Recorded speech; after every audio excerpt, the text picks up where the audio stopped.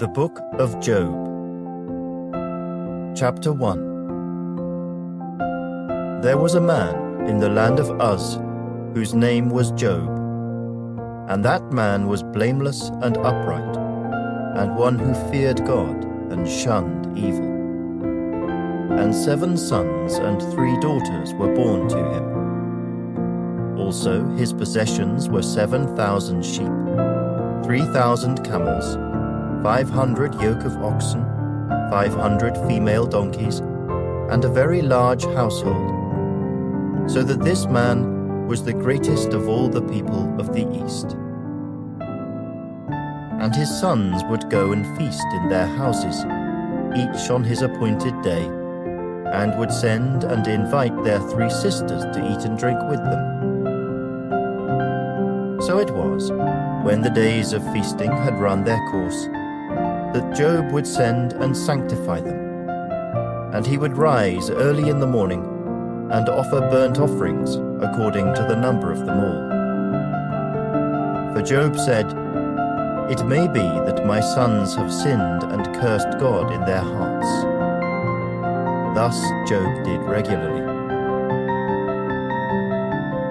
Now there was a day when the sons of God came to present themselves before the Lord, and Satan also came among them. And the Lord said to Satan, "From where do you come?" So Satan answered the Lord and said, "From going to and fro on the earth, and from walking back and forth on it." Then the Lord said to Satan, "Have you considered my servant Job, that there is none like him on the earth, a blameless and upright man, one who fears God and shuns evil?" So Satan answered the Lord and said, "Does Job fear God for nothing? Have you not made a hedge around him, around his household, and around all that he has on every side? You have blessed the work of his hands, and his possessions have increased in the land. But now, stretch out your hand and touch all that he has, and he will surely curse you to your face."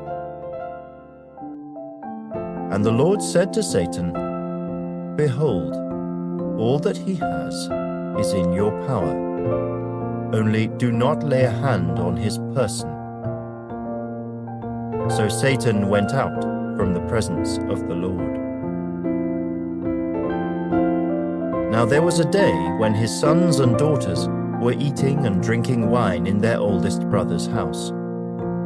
And a messenger came to Job and said, "The oxen were plowing, and the donkeys feeding beside them, when the Sabaeans raided them and took them away.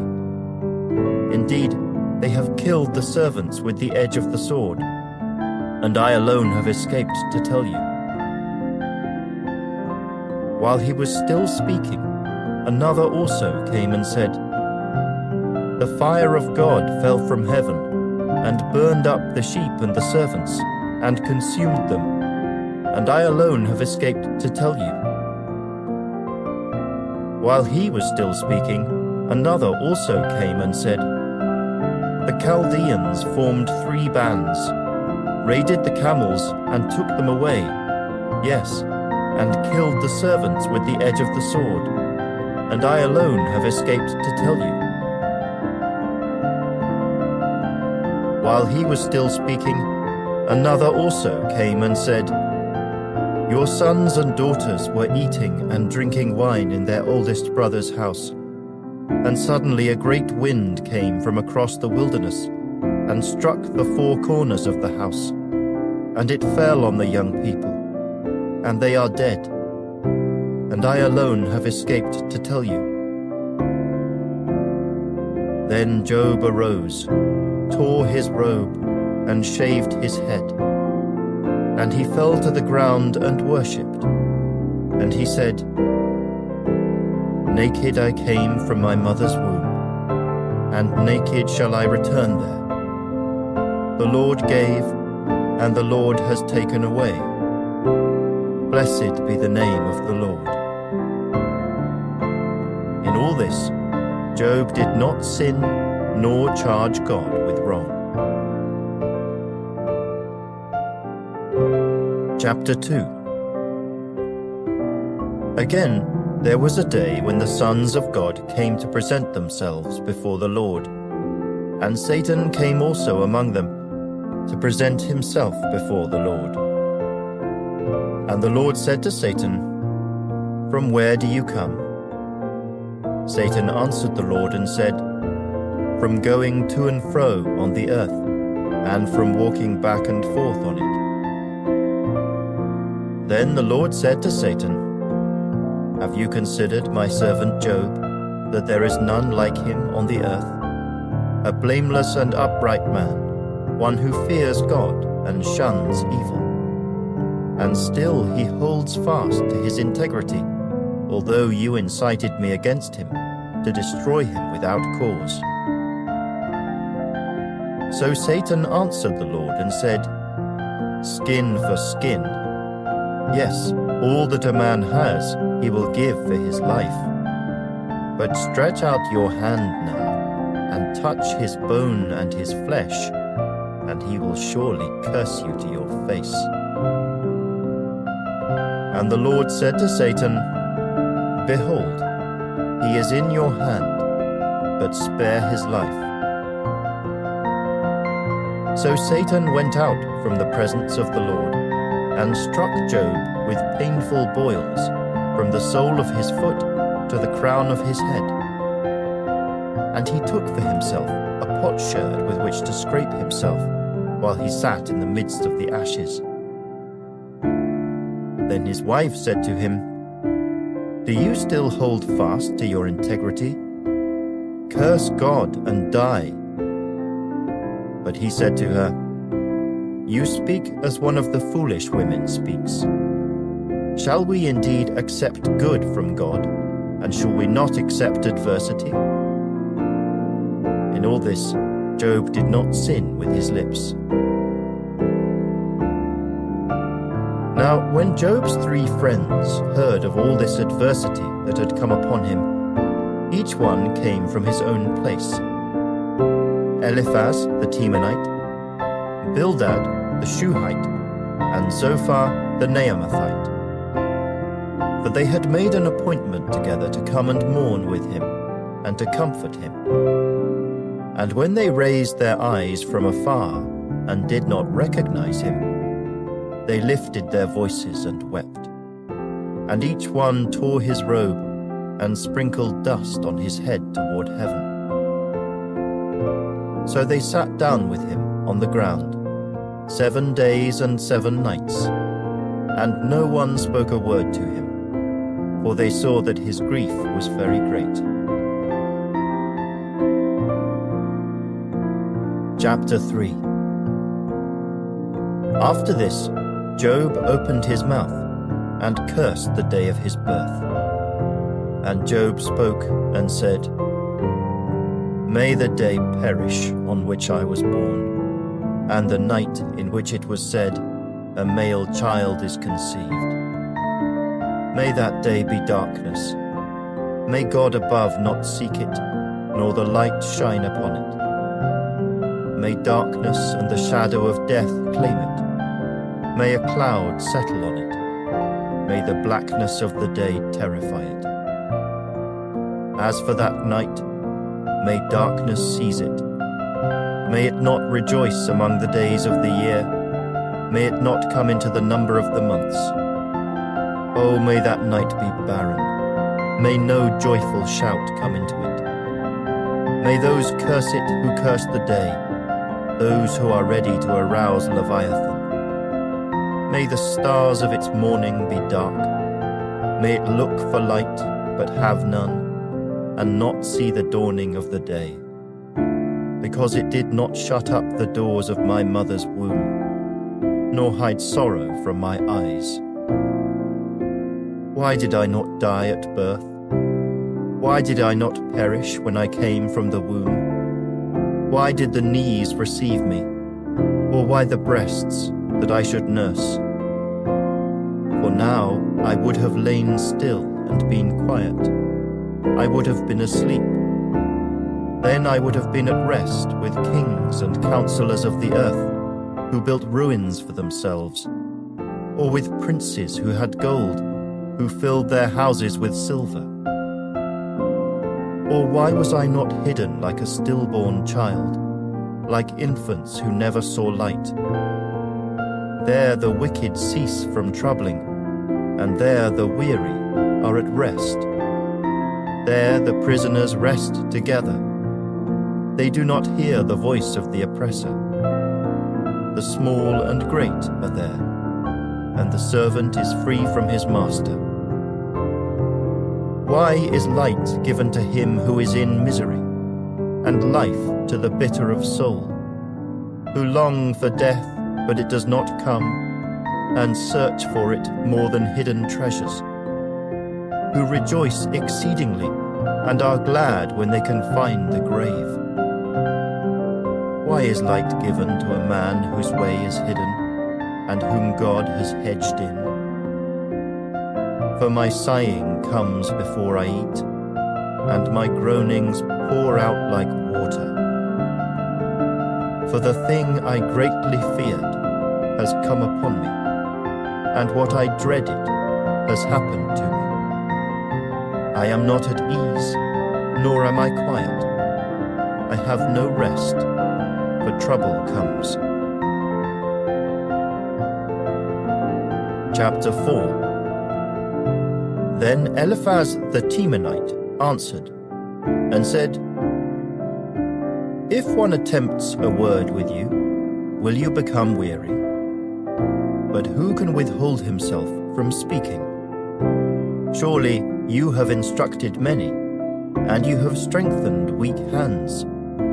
Your words have upheld him who was stumbling, and you have strengthened the feeble knees. But now it comes upon you, and you are weary. It touches you, and you are troubled. Is not your reverence your confidence, and the integrity of your ways your hope? Remember now, who ever perished being innocent?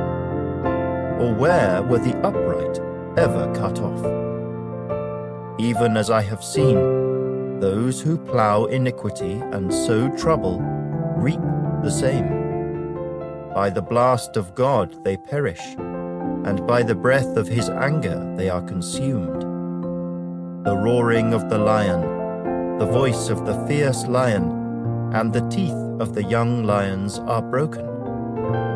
The old lion perishes for lack of prey, and the cubs of the lioness are scattered. Now a word was secretly brought to me, and my ear received a whisper of it. In disquieting thoughts from the visions of the night, when deep sleep falls on men, fear came upon me, and trembling, which made all my bones shake. Then a spirit passed before my face. The hair on my body stood up. It stood still, but I could not discern its appearance. A form was before my eyes. There was silence. Then I heard a voice saying, Can a mortal be more righteous than God? Can a man be more pure than his Maker? If he puts no trust in his servants, if he charges his angels with error, how much more those who dwell in houses of clay, whose foundation is in the dust, who are crushed before a moth? They are broken in pieces from morning till evening. They perish forever, with no one regarding. Does not their own excellence go away? They die, even without. Chapter 5. Call out now. Is there anyone who will answer you? And to which of the holy ones will you turn? For wrath kills a foolish man, and envy slays a simple one. I have seen the foolish taking root, but suddenly I cursed his dwelling place. His sons are far from safety. They are crushed in the gate, and there is no deliverer. Because the hungry eat up his harvest, taking it even from the thorns, and a snare snatches their substance. For affliction does not come from the dust, nor does trouble spring from the ground. Yet man is born to trouble, as the sparks fly upward. But as for me, I would seek God, and to God I would commit my cause, who does great things and unsearchable, marvelous things without number. He gives rain on the earth, and sends waters on the fields. He sets on high those who are lowly, and those who mourn are lifted to safety. He frustrates the devices of the crafty, so that their hands cannot carry out their plans. He catches the wise in their own craftiness, and the counsel of the cunning comes quickly upon them. They meet with darkness in the daytime, and grope at noontime as in the night. But he saves the needy from the sword, from the mouth of the mighty, and from their hand. So the poor have hope, and injustice shuts her mouth. Behold, happy is the man whom God corrects. Therefore do not despise the chastening of the Almighty. For he bruises, but he binds up. He wounds, but his hands make whole. He shall deliver you in 6 troubles. Yes, in 7 no evil shall touch you. In famine he shall redeem you from death, and in war from the power of the sword. You shall be hidden from the scourge of the tongue, and you shall not be afraid of destruction when it comes. You shall laugh at destruction and famine, and you shall not be afraid of the beasts of the earth. For you shall have a covenant with the stones of the field, and the beasts of the field shall be at peace with you. You shall know that your tent is in peace. You shall visit your dwelling and find nothing amiss. You shall also know that your descendants shall be many, and your offspring like the grass of the earth. You shall come to the grave at a full age, as a sheaf of grain ripens in its season. Behold, this we have searched out. It is true. Hear it, and know for yourself. Chapter 6. Then Job answered and said, Oh, that my grief were fully weighed, and my calamity laid with it on the scales. For then it would be heavier than the sand of the sea. Therefore my words have been rash. For the arrows of the Almighty are within me. My spirit drinks in their poison. The terrors of God are arrayed against me. Does the wild donkey bray when it has grass? Or does the ox low over its fodder? Can flavorless food be eaten without salt? Or is there any taste in the white of an egg? My soul refuses to touch them. They are as loathsome food to me. Oh, that I might have my request, that God would grant me the thing that I long for, that it would please God to crush me, that he would loose his hand and cut me off. Then I would still have comfort. Though in anguish I would exult, he will not spare, for I have not concealed the words of the Holy One. What strength do I have that I should hope? And what is my end that I should prolong my life? Is my strength the strength of stones, or is my flesh bronze? Is my help not within me? And is success driven from me. To him who is afflicted, kindness should be shown by his friend, even though he forsakes the fear of the Almighty. My brothers have dealt deceitfully like a brook, like the streams of the brooks that pass away, which are dark because of the ice, and into which the snow vanishes. When it is warm, they cease to flow. When it is hot, they vanish from their place. The paths of their way turn aside. They go nowhere and perish.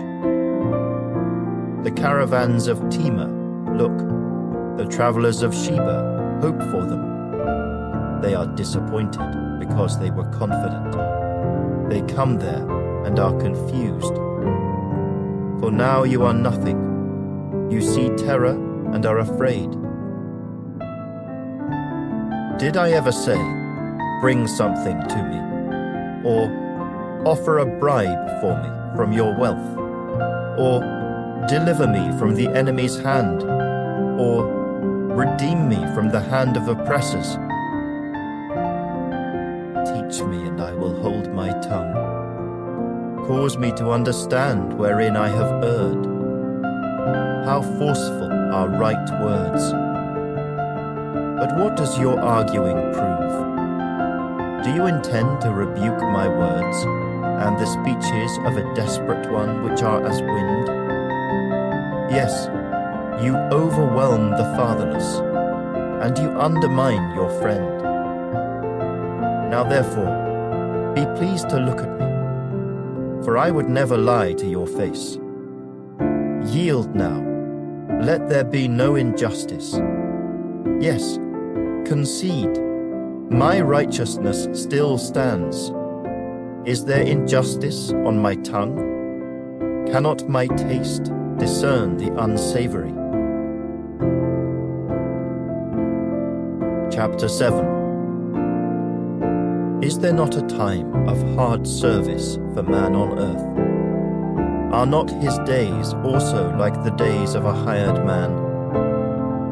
Like a servant who earnestly desires the shade, and like a hired man who eagerly looks for his wages, so I have been allotted months of futility, and wearisome nights have been appointed to me. When I lie down, I say, when shall I arise, and the night be ended? For I have had my fill of tossing till dawn. My flesh is caked with worms and dust. My skin is cracked and breaks out afresh. My days are swifter than a weaver's shuttle, and are spent without hope. Oh, remember that my life is a breath. My eye will never again see good. The eye of him who sees me will see me no more. While your eyes are upon me, I shall no longer be. As the cloud disappears and vanishes away, so he who goes down to the grave does not come up. He shall never return to his house, nor shall his place know him any more. Therefore I will not restrain my mouth. I will speak in the anguish of my spirit. I will complain in the bitterness of my soul. Am I a sea or a sea serpent that you set a guard over me? When I say, my bed will comfort me, my couch will ease my complaint, then you scare me with dreams and terrify me with visions, so that my soul chooses strangling and death rather than my body. I loathe my life. I would not live forever. Let me alone, for my days are but a breath. What is man, that you should exalt him, that you should set your heart on him, that you should visit him every morning and test him every moment? How long? Will you not look away from me, and let me alone till I swallow my saliva? Have I sinned? What have I done to you, O watcher of men? Why have you set me as your target, so that I am a burden to myself? Why then do you not pardon my transgression and take away my iniquity? For now I will lie down in the dust, and you will seek me diligently, but I will no longer be.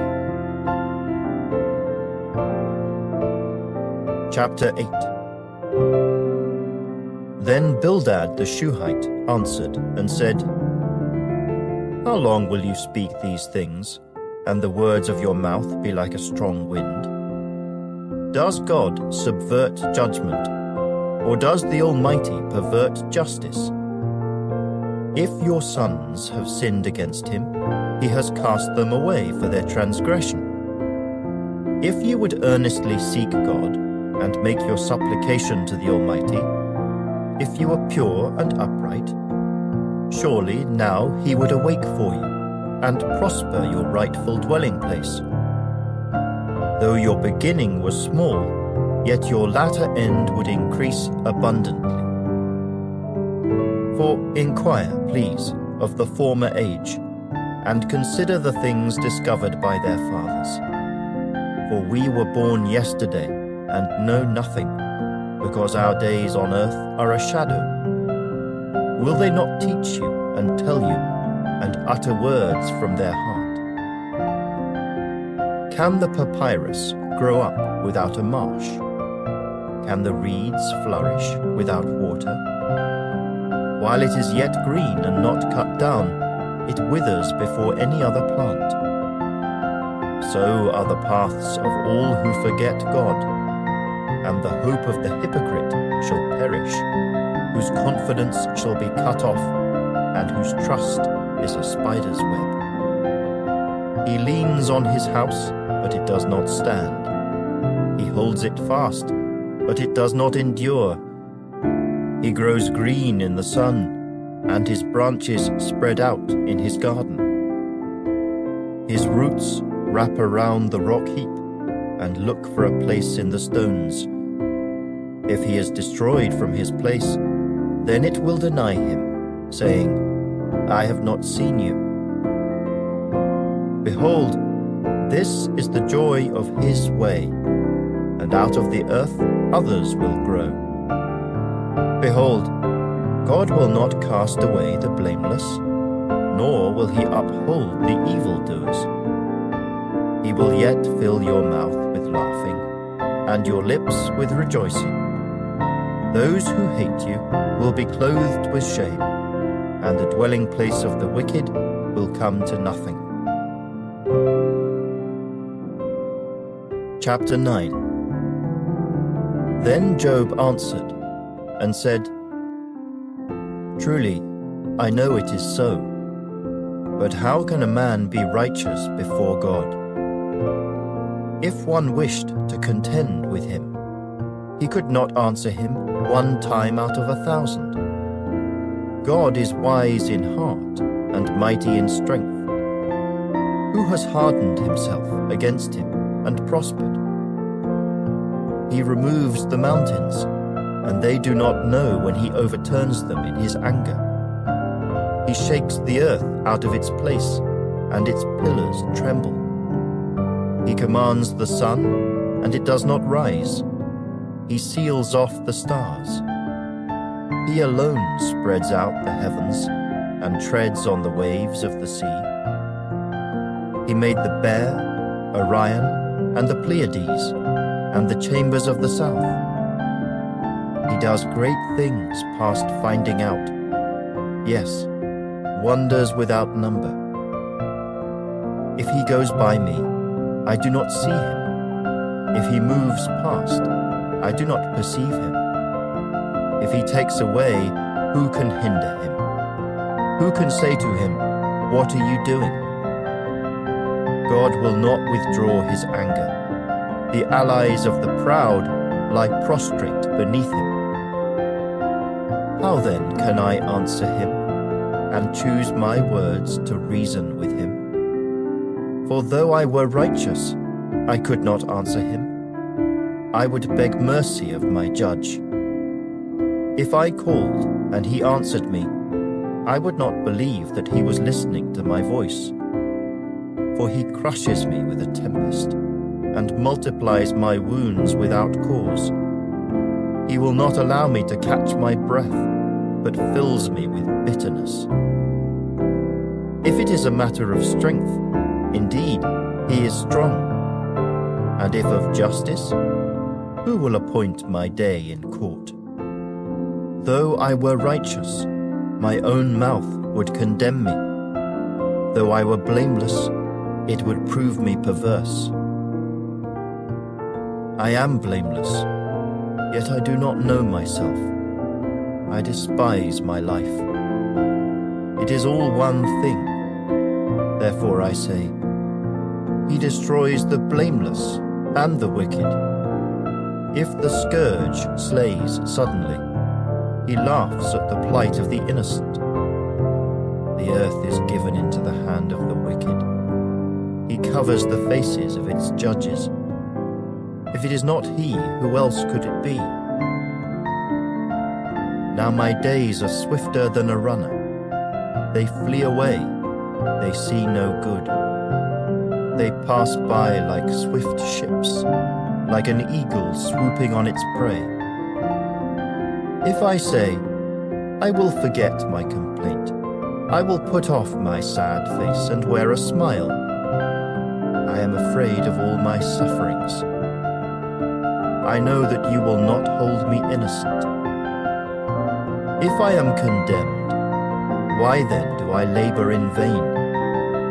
If I wash myself with snow water and cleanse my hands with soap, yet you will plunge me into the pit, and my own clothes will abhor me. For he is not a man, as I am, that I may answer him, and that we should go to court together? Nor is there any mediator between us, who may lay his hand on us both. Let him take his rod away from me, and do not let dread of him terrify me. Then I would speak and not fear him, but it is not so with me. Chapter 10. My soul loathes my life. I will give free course to my complaint. I will speak in the bitterness of my soul. I will say to God, do not condemn me. Show me why you contend with me. Does it seem good to you that you should oppress, that you should despise the work of your hands, and smile on the counsel of the wicked? Do you have eyes of flesh, or do you see as man sees? Are your days like the days of a mortal man?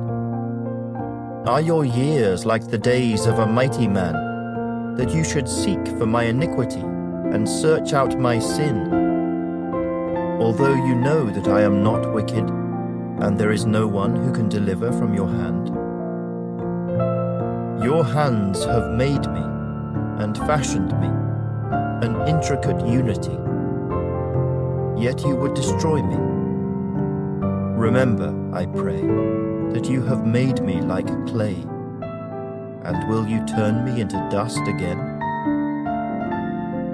Did you not pour me out like milk, and curdle me like cheese, clothe me with skin and flesh, and knit me together with bones and sinews? You have granted me life and favor, and your care has preserved my spirit. And these things you have hidden in your heart. I know that this was with you. If I sin, then you mark me, and will not acquit me of my iniquity. If I am wicked, woe to me. Even if I am righteous, I cannot lift up my head. I am full of disgrace. See my misery. If my head is exalted, you hunt me like a fierce lion, and again you show yourself awesome against me. You renew your witnesses against me, and increase your indignation toward me. Changes and war are ever with me. Why then have you brought me out of the womb? Oh, that I had perished, and no eye had seen me. I would have been as though I had not been. I would have been carried from the womb to the grave. Are not my days few? Cease, leave me alone, that I may take a little comfort, before I go to the place from which I shall not return, to the land of darkness and the shadow of death, a land as dark as darkness itself, as the shadow of death, without any order, where even the light is like darkness. Chapter 11.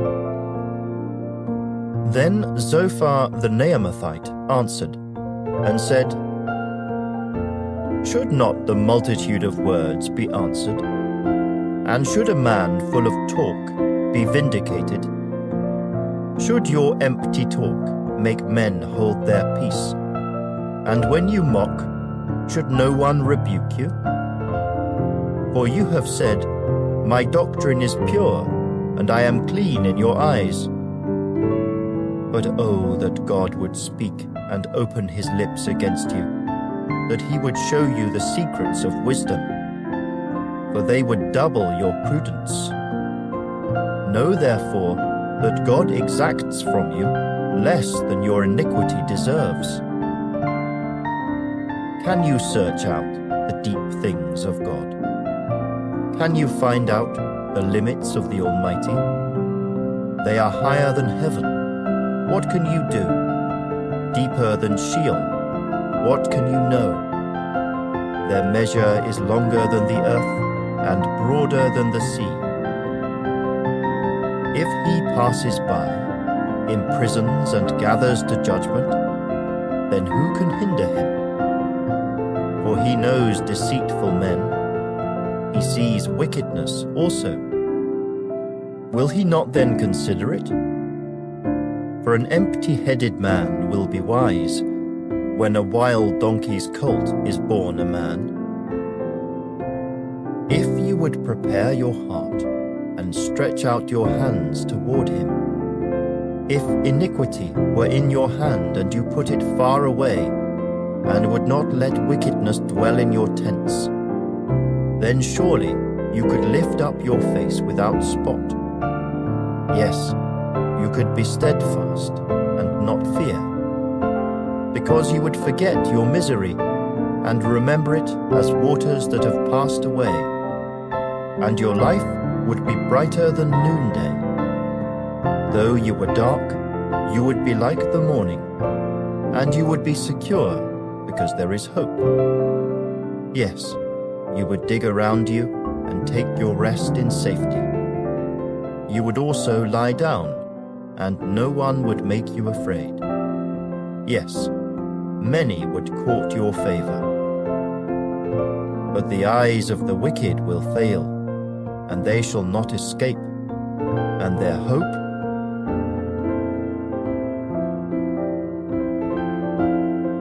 Chapter 12. Then Job answered and said, No doubt you are the people, and wisdom will die with you. But I have understanding as well as you. I am not inferior to you. Indeed, who does not know such things as these? I am one mocked by his friends, who called on God, and he answered him, the just and blameless who is ridiculed. A lamp is despised in the thought of one who is at ease. It is made ready for those whose feet slip. The tents of robbers prosper, and those who provoke God are secure in what God provides by his hand. But now ask the beasts, and they will teach you, and the birds of the air, and they will tell you. Or speak to the earth, and it will teach you, and the fish of the sea will explain to you. Who among all these does not know that the hand of the Lord has done this? in whose hand is the life of every living thing, and the breath of all mankind. Does not the ear test words, and the mouth taste its food? Wisdom is with aged men, and with length of days, understanding. With him are wisdom and strength. He has counsel and understanding. If he breaks a thing down, it cannot be rebuilt. If he imprisons a man, there can be no release. If he withholds the waters, they dry up. If he sends them out, they overwhelm the earth. With him are strength and prudence. The deceived and the deceiver are his. He leads counselors away plundered, and makes fools of the judges. He loosens the bonds of kings, and binds their waist with a belt. He leads princes away plundered, and overthrows the mighty. He deprives the trusted ones of speech, and takes away the discernment of the elders. He pours contempt on princes, and disarms the mighty. He uncovers deep things out of darkness, and brings the shadow of death to light. He makes nations great, and destroys them. He enlarges nations, and guides them. He takes away the understanding of the chiefs of the people of the earth, and makes them wander in a pathless wilderness. They grope in the dark without light, and he makes them stagger like a drunken man. Chapter 13. Behold, my eye has seen all this, my ear has heard and understood it. What you know, I also know. I am not inferior to you. But I would speak to the Almighty, and I desire to reason with God. But you forgers of lies, you are all worthless physicians. Oh, that you would be silent, and it would be your wisdom. Now hear my reasoning, and heed the pleading of my lips. Will you speak wickedly for God, and talk deceitfully for him? Will you show partiality for him? Will you contend for God? Will it be well when he searches you out? Or can you mock him as one mocks a man? He will surely rebuke you if you secretly show partiality. Will not his excellence make you afraid, and the dread of him fall upon you? Your platitudes are proverbs of ashes. Your defenses are defenses of clay. Hold your peace with me and let me speak. Then let come on me what may. Why do I take my flesh in my teeth and put my life in my hands? Though he slay me, yet will I trust him. Even so, I will defend my own ways before him. He also shall be my salvation, for a hypocrite could not come before him. Listen carefully to my speech, and to my declaration with your ears. See now, I have prepared my case. I know that I shall be vindicated. Who is he who will contend with me? If now I hold my tongue, I perish. Only two things do not do to me. Then I will not hide myself from you. Withdraw your hand far from me, and let not the dread of you make me afraid. Then call, and I will answer. Or let me speak, then you respond to me. How many are my iniquities and sins? Make me know my transgression and my sin. Why do you hide your face and regard me as your enemy? Will you frighten a leaf driven to and fro? And will you pursue dry stubble? you write bitter things against me, and make me inherit the iniquities of my youth. You put my feet in the stocks, and watch closely all my paths. You set a limit for the soles of my feet. Man decays like a rotten thing, like a garment that is moth-eaten. Chapter 14. Man who is born of woman is of few days and full of trouble. He comes forth like a flower and fades away. He flees like a shadow and does not continue.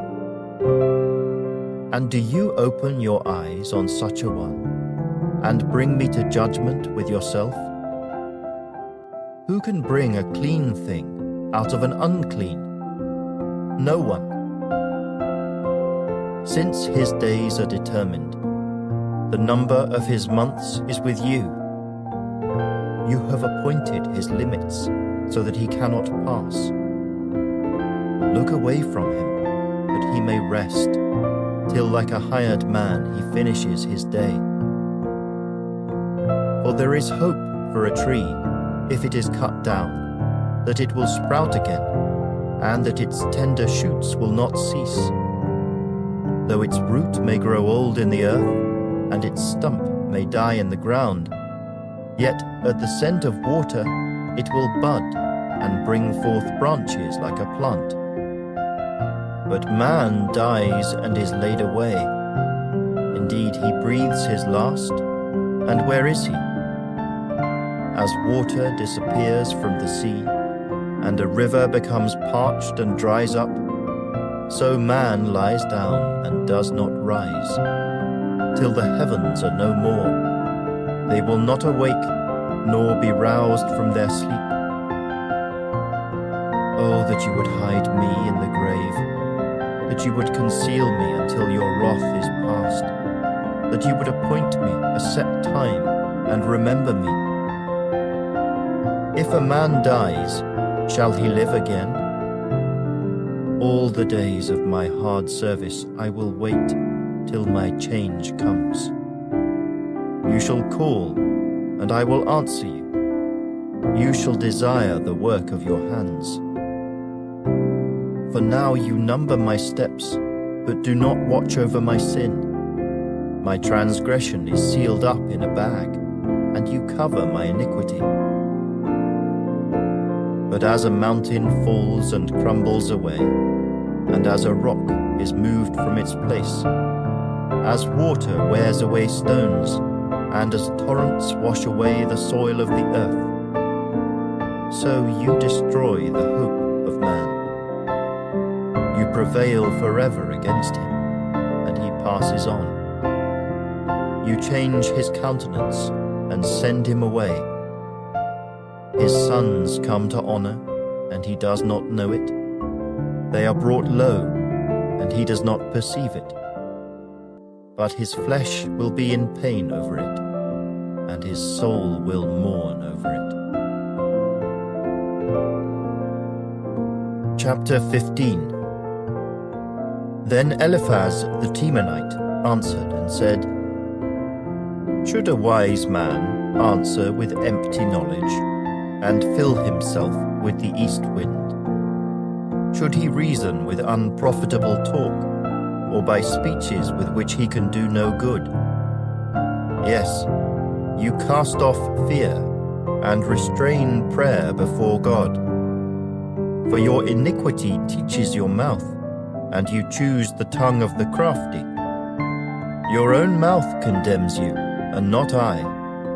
Yes, your own lips testify against you. Are you the first man who was born? Or were you made before the hills? Have you heard the counsel of God? Do you limit wisdom to yourself? What do you know that we do not know? What do you understand that is not in us? Both the gray-haired and the aged are among us, much older than your father. Are the consolations of God too small for you, and the word spoken gently with you? Why does your heart carry you away? And what do your eyes wink at, that you turn your spirit against God, and let such words go out of your mouth? What is man, that he could be pure, and he who is born of a woman, that he could be righteous? If God puts no trust in his saints, and the heavens are not pure in his sight, how much less man, who is abominable and filthy, who drinks iniquity like water? I will tell you, hear me. What I have seen I will declare, what wise men have told, not hiding anything received from their fathers, to whom alone the land was given, and no alien passed among them. The wicked man writhes with pain all his days, and the number of years is hidden from the oppressor. Dreadful sounds are in his ears. In prosperity the destroyer comes upon him. He does not believe that he will return from darkness, for a sword is waiting for him. He wanders about for bread, saying, "Where is it?" He knows that a day of darkness is ready at his hand. Trouble and anguish make him afraid. They overpower him, like a king ready for battle. For he stretches out his hand against God, and acts defiantly against the Almighty, running stubbornly against him with his strong embossed shield. Though he has covered his face with his fatness, and made his waist heavy with fat, he dwells in desolate cities, in houses which no one inhabits, which are destined to become ruins. He will not be rich, nor will his wealth continue, nor will his possessions overspread the earth. He will not depart from darkness. The flame will dry out his branches, and by the breath of his mouth he will go away. Let him not trust in futile things, deceiving himself, for futility will be his reward. It will be accomplished before his time, and his branch will not be green. He will shake off his unripe grape like a vine, and cast off his blossom like an olive tree. For the company of hypocrites will be barren, and fire will consume the tents of bribery. They conceive trouble and bring forth futility. Their womb prepares deceit. Chapter 16. Then Job answered and said, I have heard many such things. Miserable comforters are you all. Shall words of wind have an end? Or what provokes you that you answer? I also could speak as you do, if your soul were in my soul's place. I could heap up words against you and shake my head at you. But I would strengthen you with my mouth, and the comfort of my lips would relieve your grief. Though I speak, my grief is not relieved. And if I remain silent, how am I eased? But now he has worn me out. You have made desolate all my company. You have shriveled me up, and it is a witness against me. My leanness rises up against me and bears witness to my face. He tears me in his wrath and hates me. He gnashes at me with his teeth. My adversary sharpens his gaze on me. They gape at me with their mouth. They strike me reproachfully on the cheek. They gather together against me. God has delivered me to the ungodly and turned me over to the hands of the wicked. I was at ease, but he has shattered me.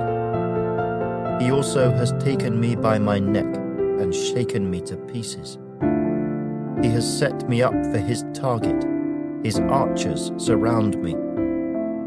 He pierces my heart and does not pity. He pours out my gall on the ground. He breaks me with wound upon wound. He runs at me like a warrior.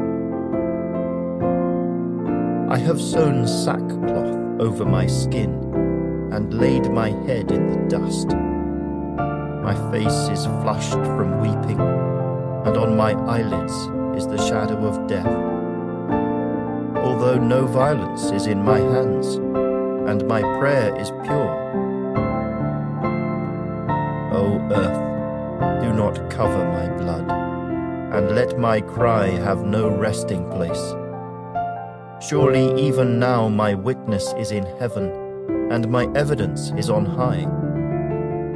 My friends scorn me. My eyes pour out tears to God. Oh, that one might plead for a man with God, as a man pleads for his neighbor. For when a few years are finished, I shall go the way.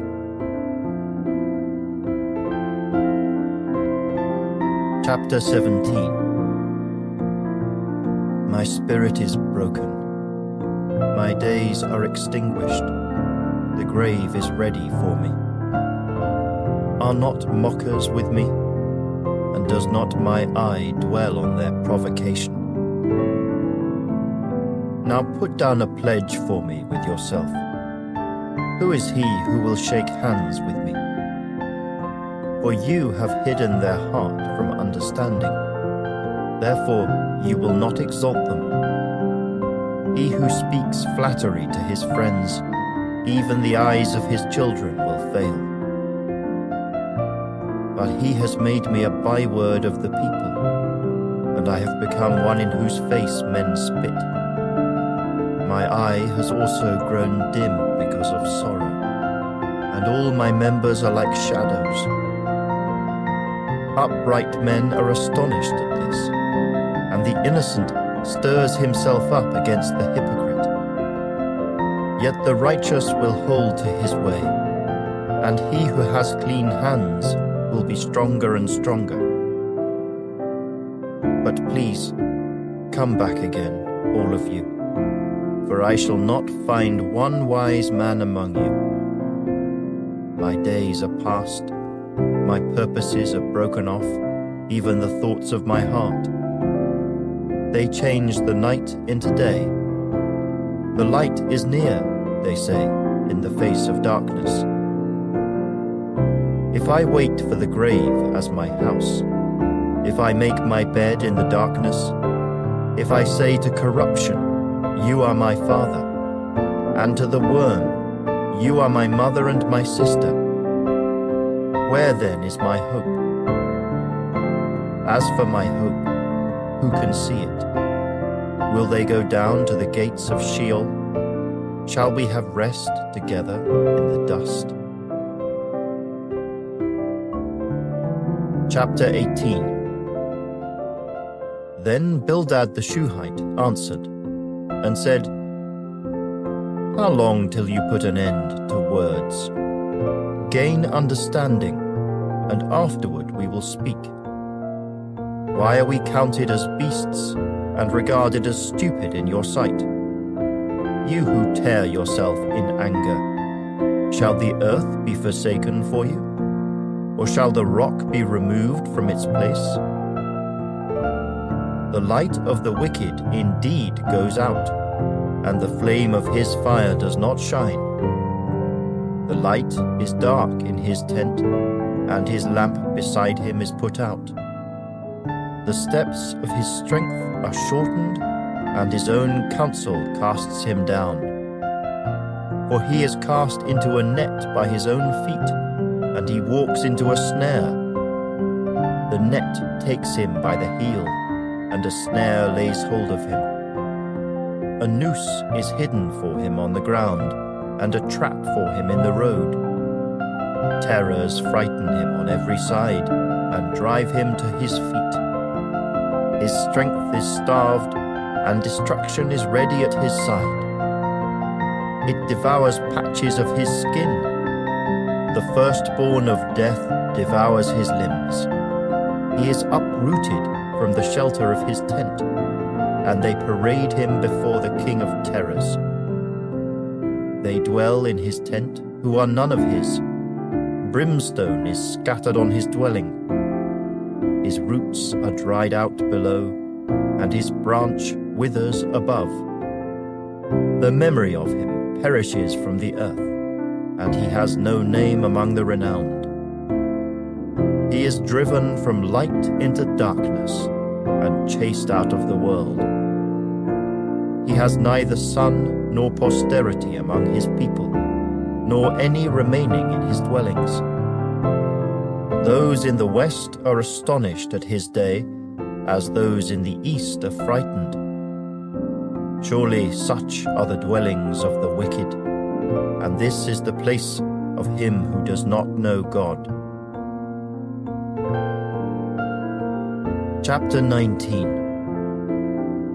Then Job answered and said, How long will you torment my soul and break me in pieces with words? These 10 times you have reproached me.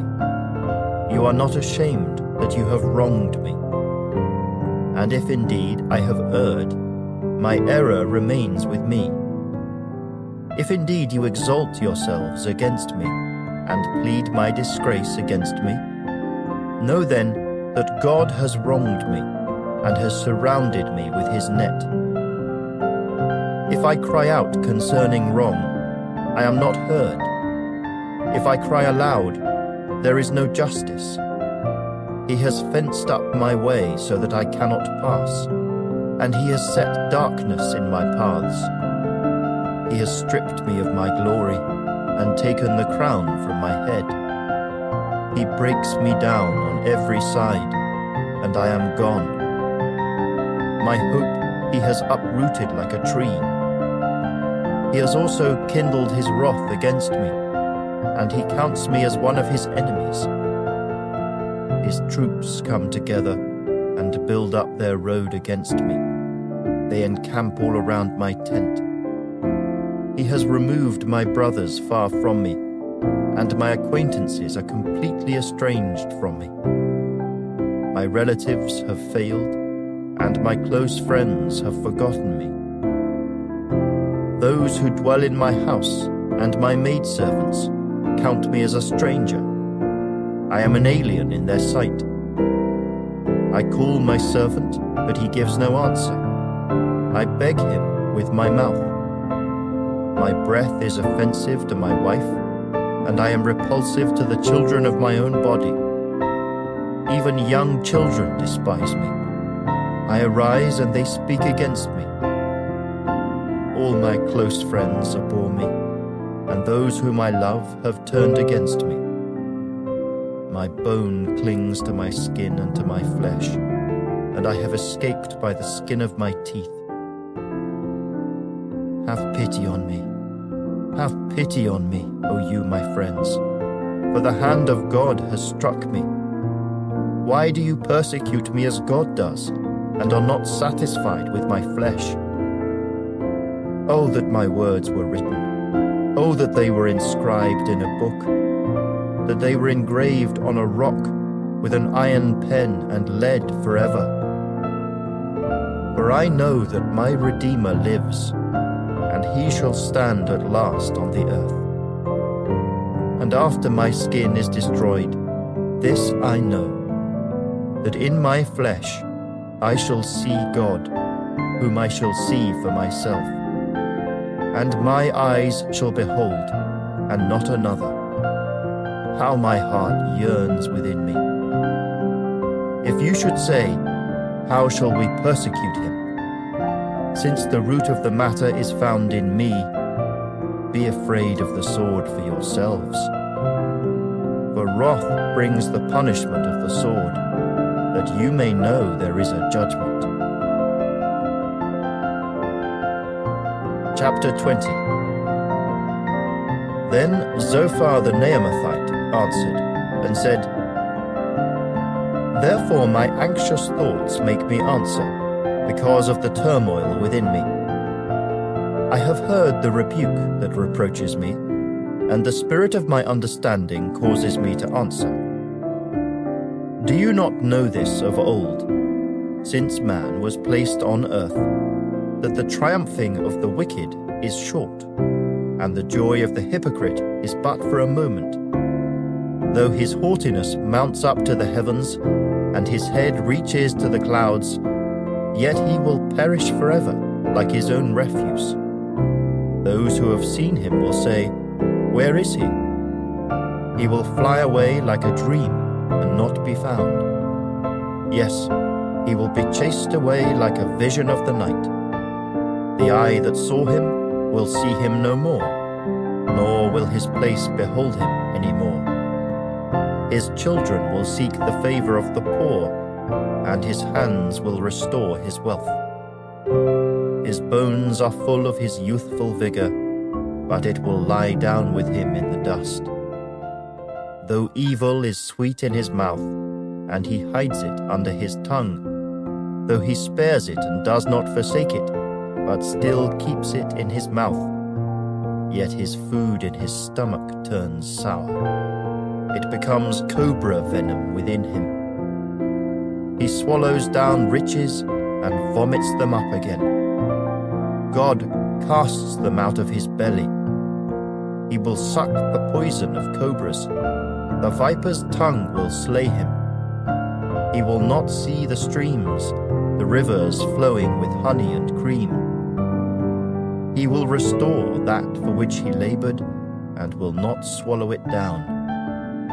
From the proceeds of business he will get no enjoyment, for he has oppressed and forsaken the poor.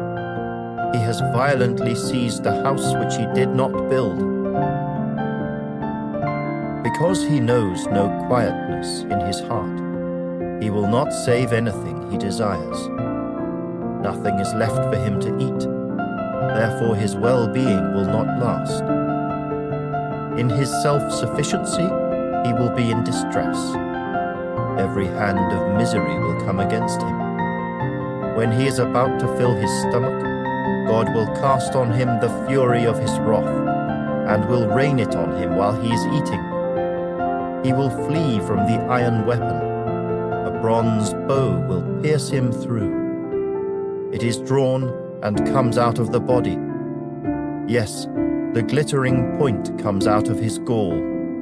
Terrors come upon him. Total darkness is reserved for his treasures. An unfanned fire will consume him. It shall go ill with him who is left in his tent.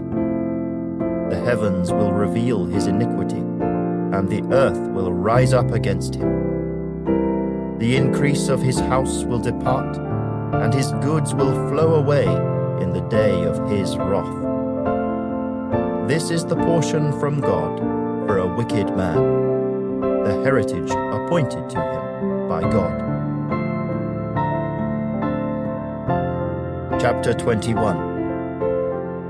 Then Job answered and said, "Listen carefully to my speech, and let this be your consolation. Bear with me, that I may speak, and after I have spoken, keep mocking. As for me, is my complaint against man? And if it were, why should I not be impatient? Look at me and be astonished. Put your hand over your mouth. Even when I remember, I am terrified, and trembling takes hold of my flesh. Why do the wicked live and become old? Yes, become mighty in power. Their descendants are established with them in their sight, and their offspring before their eyes. Their houses are safe from fear, neither is the rod of God upon them. Their bull breeds without failure, their cow calves without miscarriage. They send forth their little ones like a flock, and their children dance. They sing to the tambourine and harp, and rejoice to the sound of the flute. They spend their days in wealth, and in a moment go down to the grave. Yet they say to God, "Depart from us, for we do not desire the knowledge of your ways. Who is the Almighty that we should serve him? And what profit do we have if we pray to him?"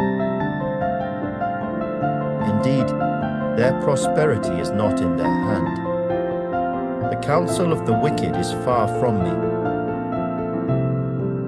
How often is the lamp of the wicked put out? How often does their destruction come upon them, the sorrows God distributes in his anger?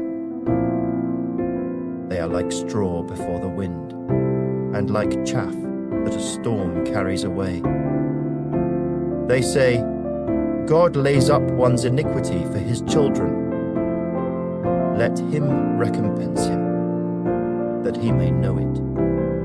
Let his eyes see his destruction, and let him drink of the wrath of the Almighty.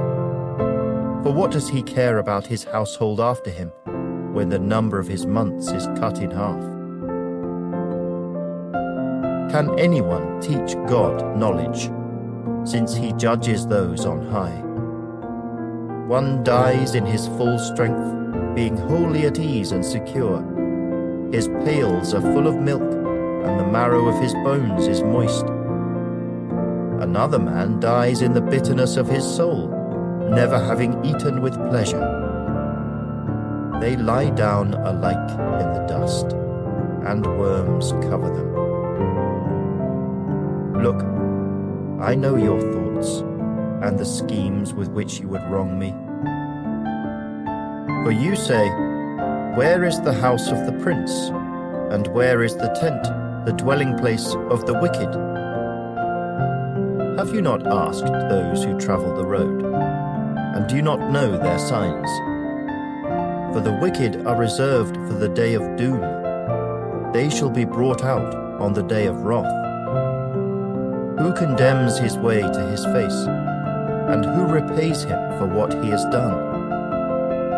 Yet he shall be brought to the grave, and a vigil kept over the tomb. The clods of the valley shall be sweet to him. Everyone shall follow him, as countless have gone before him. How then can you comfort me with empty words, since falsehood remains in your answers? Chapter 22. Then Eliphaz the Temanite answered, and said, "Can a man be profitable to God, though he who is wise may be profitable to himself? Is it any pleasure to the Almighty that you are righteous?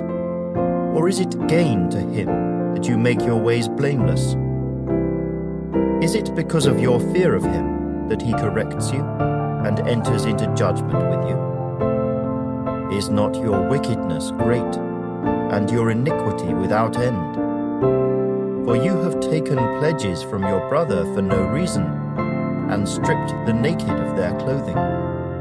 You have not given the weary water to drink, and you have withheld bread from the hungry.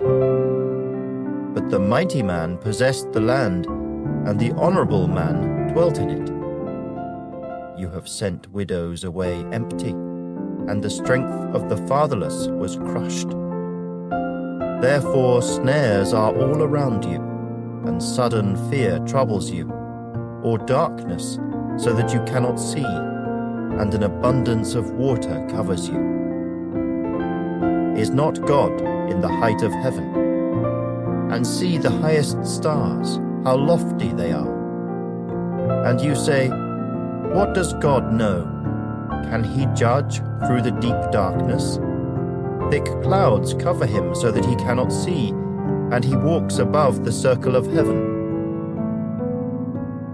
Will you keep to the old way, which wicked men have trod, who were cut down before their time, whose foundations were swept away by a flood?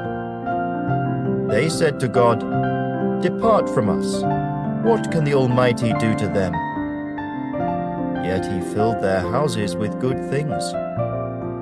But the counsel of the wicked is far from me. The righteous see it and are glad, and the innocent laugh at them. Surely our adversaries are cut down, and the fire consumes their remnant.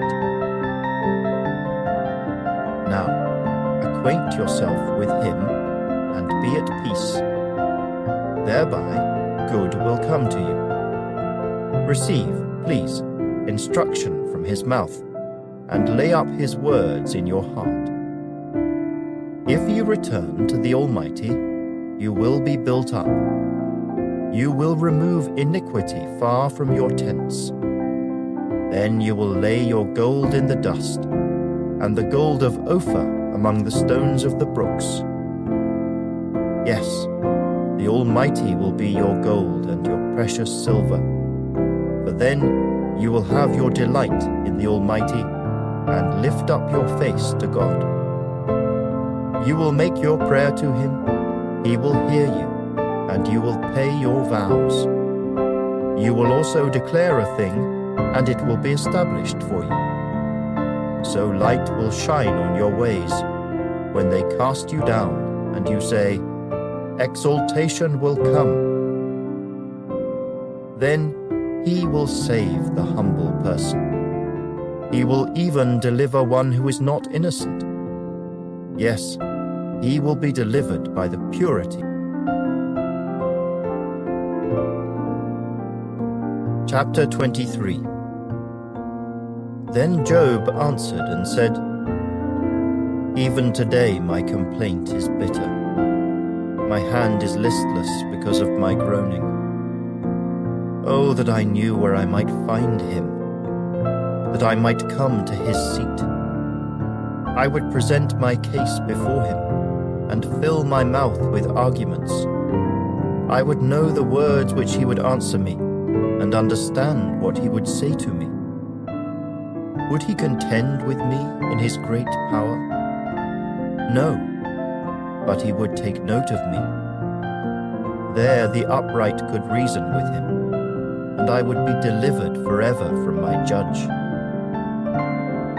Look, I go forward, but he is not there, and backward, but I cannot perceive him. When he works on the left hand, I cannot behold him. When he turns to the right hand, I cannot see him.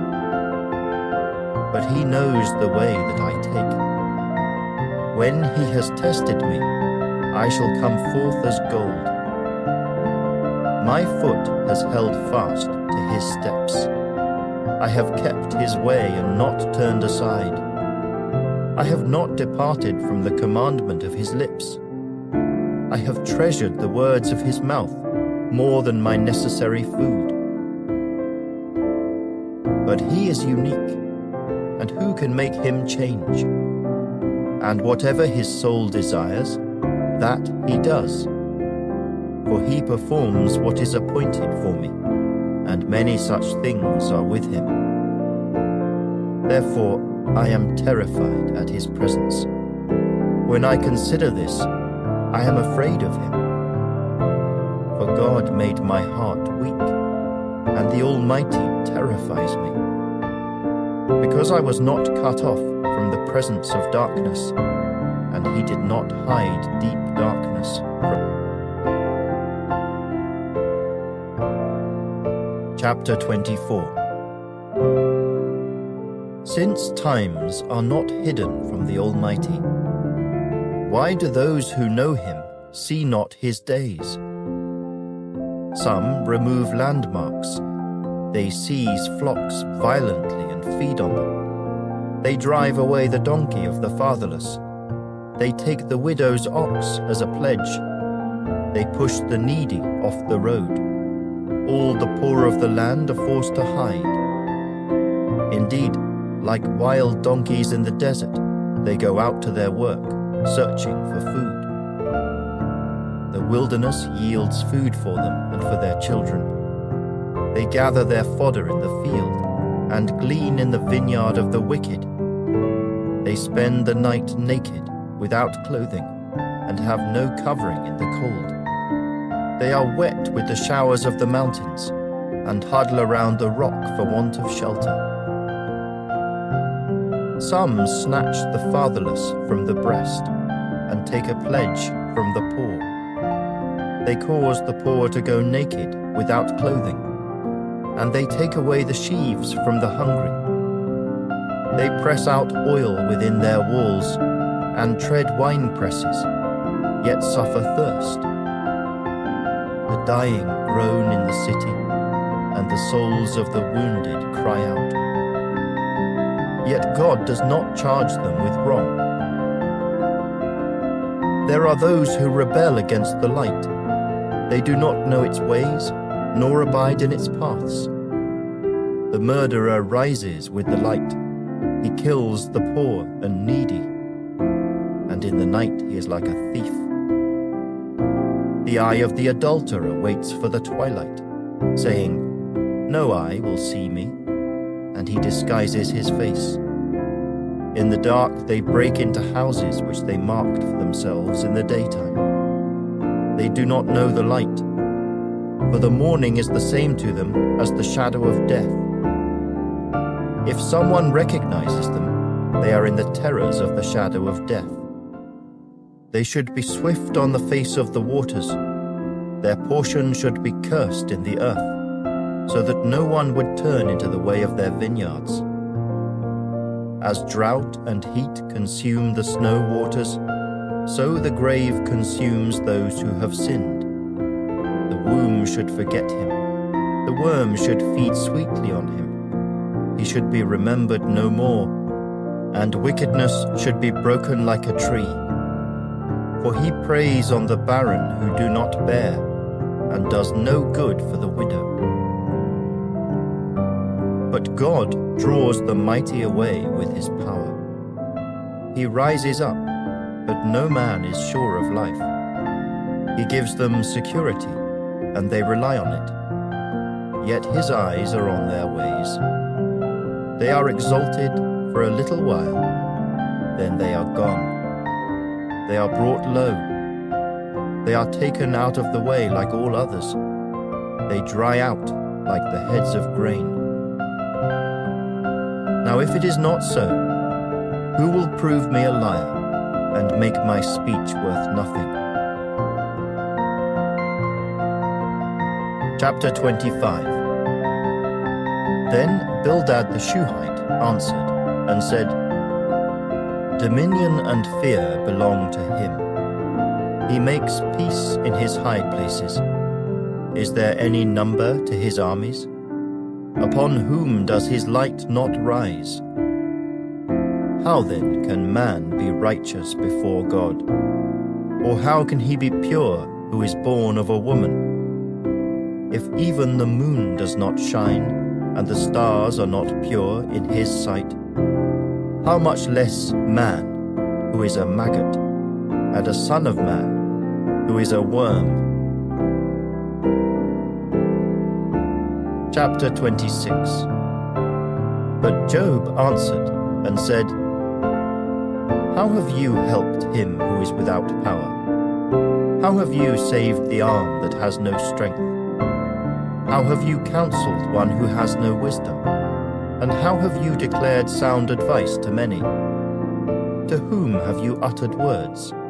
And whose spirit came from you? The dead tremble, those under the waters and those inhabiting them. Sheol is naked before him, and destruction has no covering. He stretches out the north over empty space. He hangs the earth on nothing. He binds up the water in his thick clouds, yet the clouds are not broken under it. He covers the face of his throne and spreads his cloud over it. He drew a circular horizon on the face of the waters, at the boundary of light and darkness. The pillars of heaven tremble and are astonished at his rebuke. He stirs up the sea with his power, and by his understanding he breaks up the storm. By his spirit he adorned the heavens. His hand pierced the fleeing serpent. Indeed, these are the mere edges of his ways, and how small a whisper we hear of him. But the thunder of his power who can understand? Chapter 27. Moreover, Job continued his discourse, and said, As God lives, who has taken away my justice, and the Almighty, who has made my soul bitter, as long as my breath is in me, and the breath of God in my nostrils, my lips will not speak wickedness, nor my tongue utter deceit. Far be it from me that I should say you are right. Till I die, I will not put away my integrity from me. My righteousness I hold fast, and will not let it go. My heart shall not reproach me as long as I live. May my enemy be like the wicked, and he who rises up against me like the unrighteous. For what is the hope of the hypocrite, though he may gain much, if God takes away his life? Will God hear his cry when trouble comes upon him? Will he delight himself in the Almighty? Will he always call on God? I will teach you about the hand of God. What is with the Almighty I will not conceal. Surely all of you have seen it. Why then do you behave with complete nonsense? This is the portion of a wicked man with God, and the heritage of oppressors received from the Almighty. If his children are multiplied, it is for the sword, and his offspring shall not be satisfied with bread. Those who survive him shall be buried in death, and their widows shall not weep. Though he heaps up silver like dust, and piles up clothing like clay, he may pile it up, but the just will wear it, and the innocent will divide the silver. He builds his house like a moth, like a booth which a watchman makes. The rich man will lie down but not be gathered up. He opens his eyes, and he is no more. Terrors overtake him like a flood. A tempest steals him away in the night. The east wind carries him away, and he is gone. It sweeps him out of his place. It hurls against him and does not spare. He flees desperately from its power. Men shall clap their hands at him, and shall hiss him out of his place. Chapter 28. Surely there is a mine for silver, and a place where gold is refined. Iron is taken from the earth, and copper is smelted from ore. Man puts an end to darkness, and searches every recess for ore in the darkness and the shadow of death. He breaks open a shaft away from people. In places forgotten by feet, they hang far away from men. They swing to and fro. As for the earth, from it comes bread, but underneath it is turned up as by fire. Its stones are the source of sapphires, and it contains gold dust. That path no bird knows, nor has the falcon's eye seen it. The proud lions have not trodden it, nor has the fierce lion passed over it. He puts his hand on the flint. He overturns the mountains at the roots. He cuts out channels in the rocks, and his eye sees every precious thing. He dams up the streams from trickling. What is hidden, he brings forth to light. But where can wisdom be found? And where is the place of understanding? Man does not know its value, nor is it found in the land of the living. The deep says, "It is not in me," and the sea says, "It is not with me."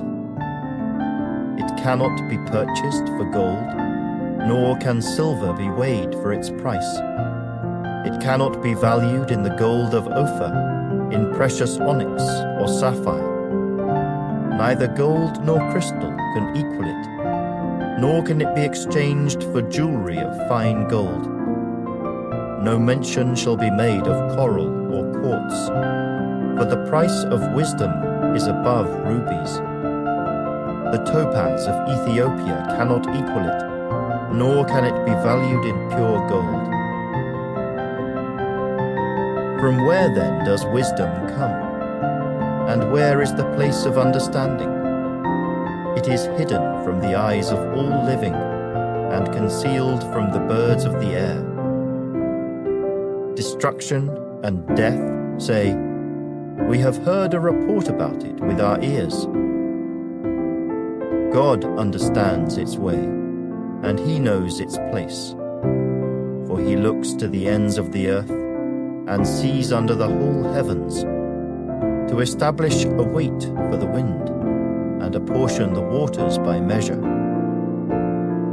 When he made a law for the rain, and a path for the thunderbolt, then he saw wisdom and declared it. He prepared it, indeed, he searched it out. And to man he said, "Behold, the fear of the Lord, that is wisdom, and to depart from evil is understanding." Chapter 29. Job further continued his discourse, and said, "Oh, that I were as in months past, as in the days when God watched over me, when his lamp shone upon my head, and when by his light I walked through darkness. Just as I was in the days of my prime, when the friendly counsel of God was over my tent, when the Almighty was yet with me, when my children were around me, when my steps were bathed with cream, and the rock poured out rivers of oil for me. When I went out to the gate by the city, when I took my seat in the open square, the young men saw me and hid, and the aged arose and stood. The princes refrained from talking, and put their hand on their mouth. The voice of nobles was hushed, and their tongue stuck to the roof of their mouth. When the ear heard, then it blessed me. When the eye saw, then it approved me. Because I delivered the poor who cried out, the fatherless, and the one who had no helper.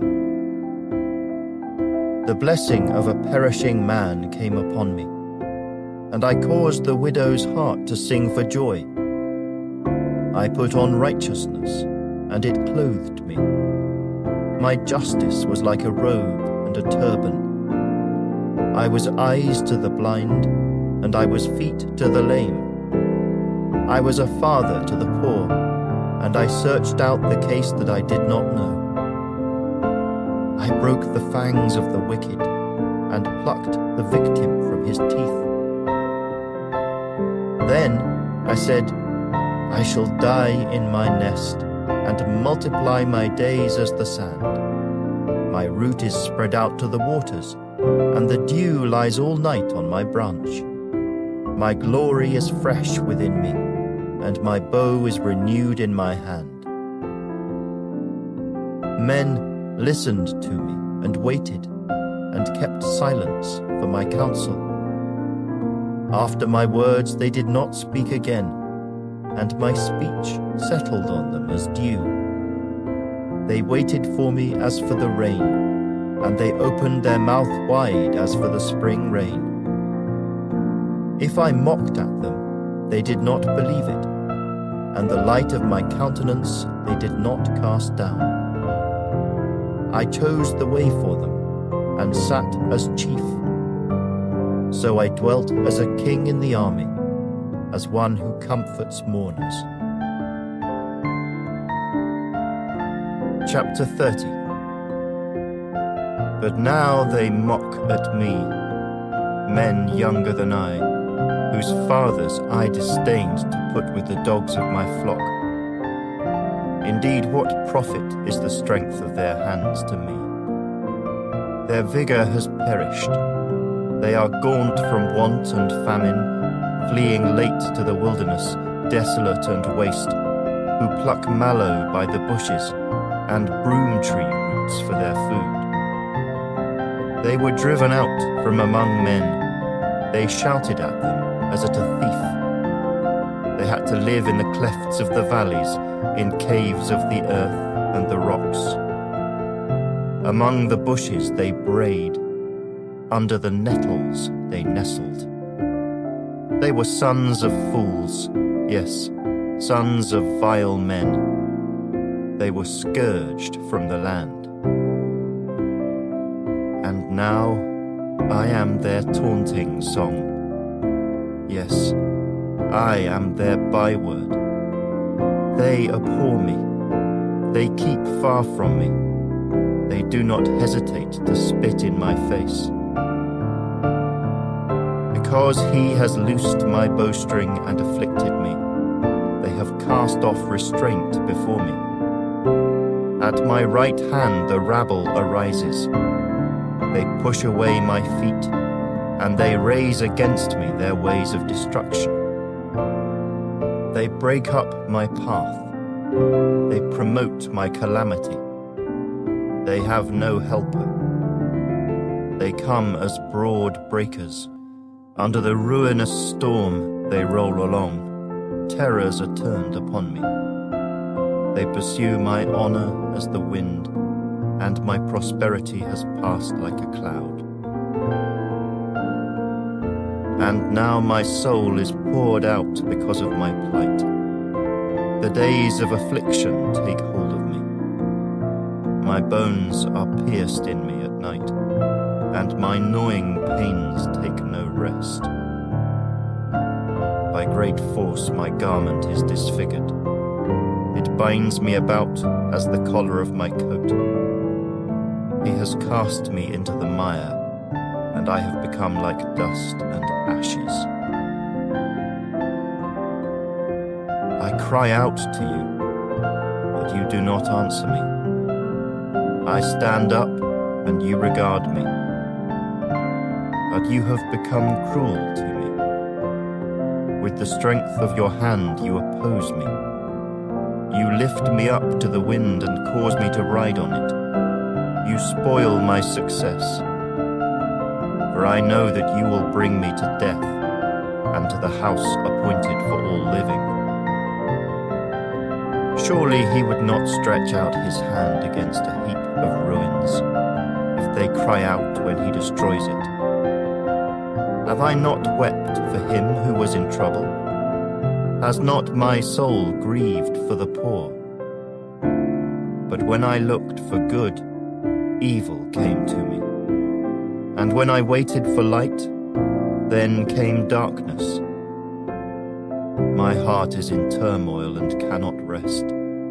Days of affliction confront me. I go about mourning, but not in the sun. I stand up in the assembly and cry out for help. I am a brother of jackals and a companion of ostriches. My skin grows black and falls from me. My bones burn with fever. My harp is turned to mourning, and my flute to the voice of those who weep. Chapter 31. I have made a covenant with my eyes. Why then should I look upon a young woman? For what is the allotment of God from above, and the inheritance of the Almighty from on high? Is it not destruction for the wicked, and disaster for the workers of iniquity? Does he not see my ways, and count all my steps? If I have walked with falsehood, or if my foot has hastened to deceit, let me be weighed on honest scales, that God may know my integrity.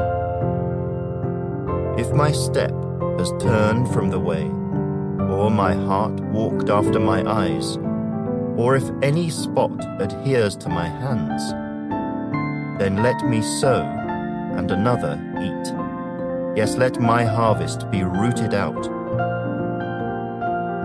If my heart has been enticed by a woman, or if I have lurked at my neighbor's door, then let my wife grind for another, and let others bow down over her.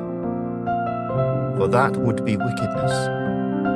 Yes, it would be iniquity deserving of judgment. For that would be a fire that consumes to destruction, and would root out all my increase. If I have despised the cause of my male or female servant when they complained against me, what then shall I do when God rises up? When he punishes, how shall I answer him? Did not he who made me in the womb make them? Did not the same one fashion us in the womb? If I have kept the poor from their desire, or caused the eyes of the widow to fail, or eaten my morsel by myself, so that the fatherless could not eat of it. But from my youth I reared him as a father, and from my mother's womb I guided the widow. If I have seen anyone perish for lack of clothing, or any poor man without covering, if his heart has not blessed me, and if he was not warmed with the fleece of my sheep, if I have raised my hand against the fatherless, when I saw I had help in the gate, then let my arm fall from my shoulder, let my arm be torn from the socket. For destruction from God is a terror to me, and because of his magnificence I cannot endure. If I have made gold my hope, or said to fine gold, you are my confidence, if I have rejoiced because my wealth was great, and because my hand had gained much, if I have observed the sun when it shines, or the moon moving in brightness, so that my heart has been secretly enticed, and my mouth has kissed my hand, this also would be an iniquity deserving of judgment, for I would have denied God who is above. If I have rejoiced at the destruction of him who hated me, or lifted myself up when evil found him, indeed I have not allowed my mouth to sin by asking for a curse on his soul. If the men of my tent have not said, who is there that has not been satisfied with his meat? But no sojourner had to lodge in the street, for I have opened my doors to the traveller. If I have covered my transgressions as Adam, by hiding my iniquity in my bosom, because I feared the great multitude, and dreaded the contempt of families, so that I kept silence, and did not go out of the door. Oh, that I had one to hear me. Here is my mark. Oh, that the Almighty would answer me, that my prosecutor had written a book. Surely I would carry it on my shoulder, and bind it on me like a crown. I would declare to him the number of my steps. Like a prince I would approach him. If my land cries out against me, and its furrows weep together, if I have eaten its fruit without money, or caused its owners to lose their lives, then let thistles grow instead of wheat, and weeds instead of barley. The words of Job are ended. Chapter 32. So these three men ceased answering Job, because he was righteous in his own eyes.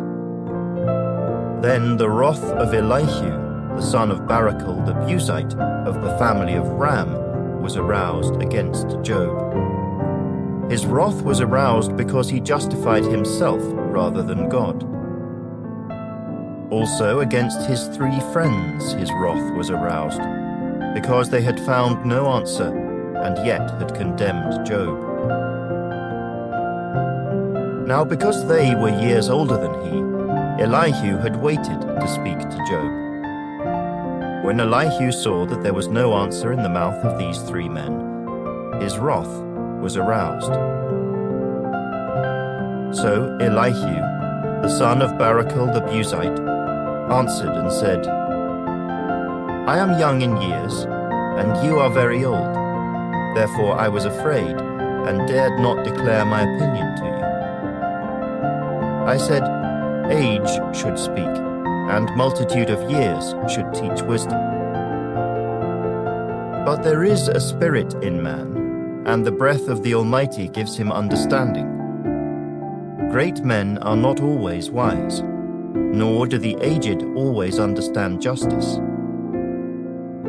Therefore I say, listen to me. I also will declare my opinion.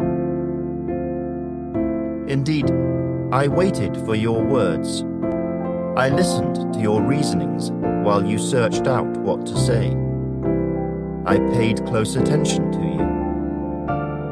And surely not one of you convinced Job or answered his words, lest you say, we have found wisdom. God will vanquish him, not man.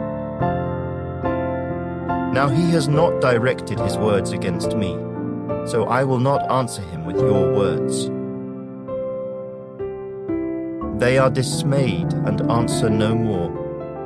Words escape them, and I have waited because they did not speak, because they stood still and answered no more. I also will answer my part. I too will declare my opinion, for I am full of words. The spirit within me compels me. Indeed, my belly is like wine that has no vent. It is ready to burst like new wineskins. I will speak, that I may find relief. I must open my lips and answer. Let me not, I pray, show partiality to anyone, nor let me flatter any man, for I do not know how to flatter, else my Maker would soon take me away. Chapter 33. But please, Job, hear my speech, and listen to all my words. Now I open my mouth. My tongue speaks in my mouth, my words come from my upright heart. My lips utter pure knowledge. The Spirit of God has made me, and the breath of the Almighty gives me life. If you can answer me, set your words in order before me. Take your stand. Truly, I am as your spokesman before God. I also have been formed out of clay. Surely no fear of me will terrify you, nor will my hand be heavy on you. Surely you have spoken in my hearing, and I have heard the sound of your words, saying, I am pure, without transgression. I am innocent, and there is no iniquity in me. Yet he finds occasions against me. He counts me as his enemy. He puts my feet in the stocks. He watches all my paths. Look, in this you are not righteous. I will answer you, for God is greater than man. Why do you contend with him? For he does not give an accounting of any of his words.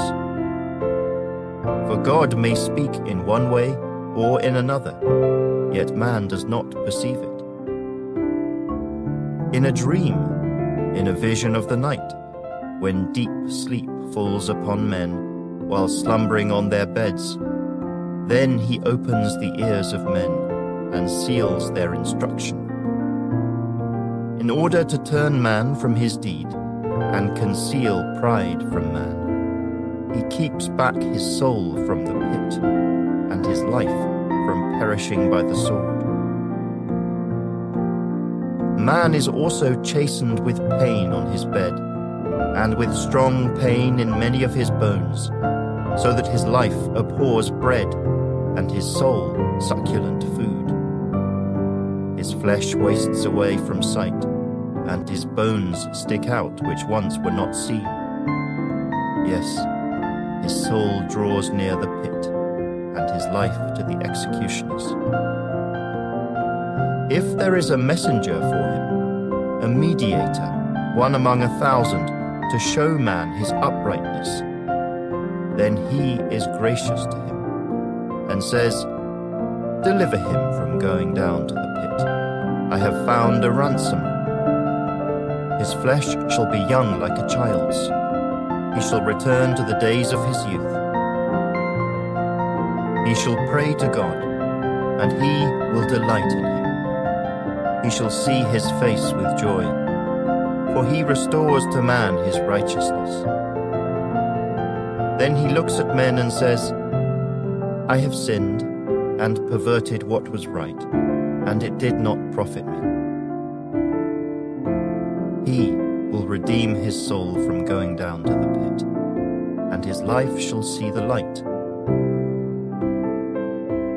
Behold, God works all these things, twice, in fact 3 times with a man, to bring back his soul from the pit, that he may be enlightened with the light of life. Give ear, Job. Listen to me. Hold your peace, and I will speak. If you have anything to say, answer me. Speak, for I desire to justify you. If not, listen to me. Hold your peace, and I will teach you wisdom. Chapter 34. Elihu further answered and said, "Hear my words, you wise men. Give ear to me, you who have knowledge. For the ear tests words as the palate tastes food. Let us choose justice for ourselves. Let us know among ourselves what is good. For Job has said, 'I am righteous, but God has taken away my justice. Should I lie concerning my right? My wound is incurable, though I am without transgression.'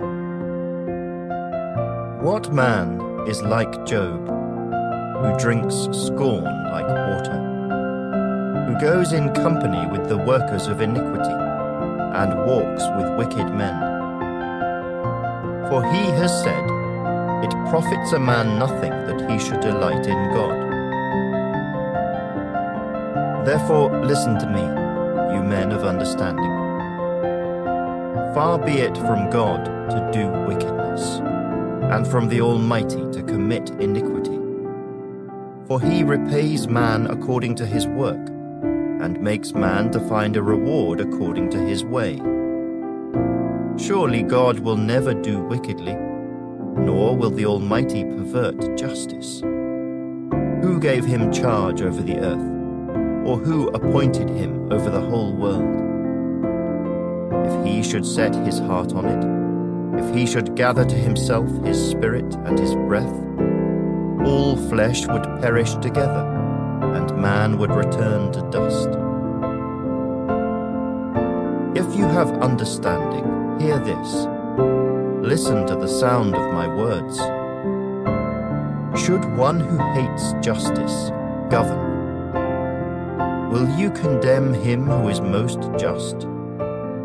Is it fitting to say to a king, 'You are worthless,' and to nobles, 'You are wicked'?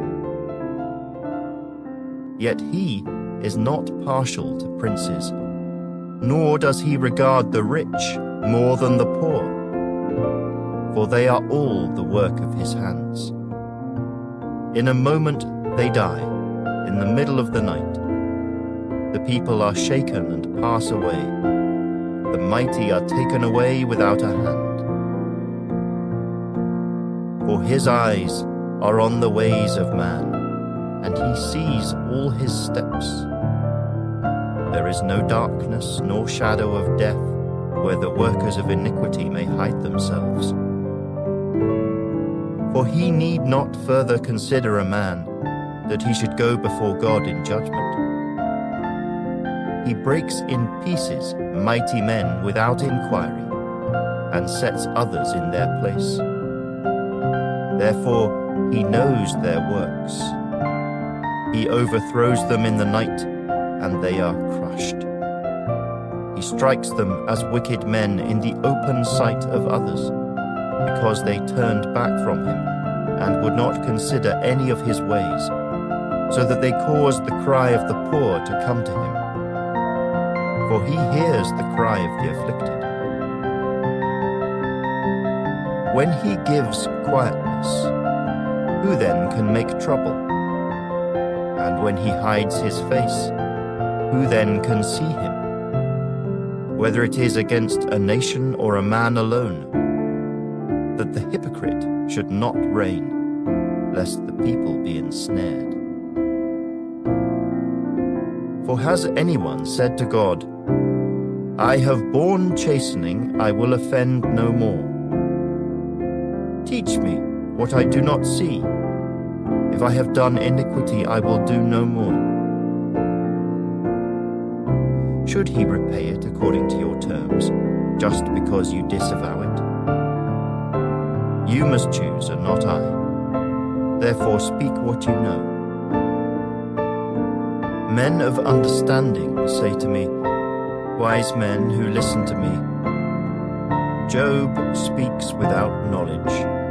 His words are without wisdom. Oh, that Job were tried to the utmost, because his answers are like those of wicked men. For he adds rebellion to his sin. He claps his hands among us and multiplies his words against God. Chapter 35.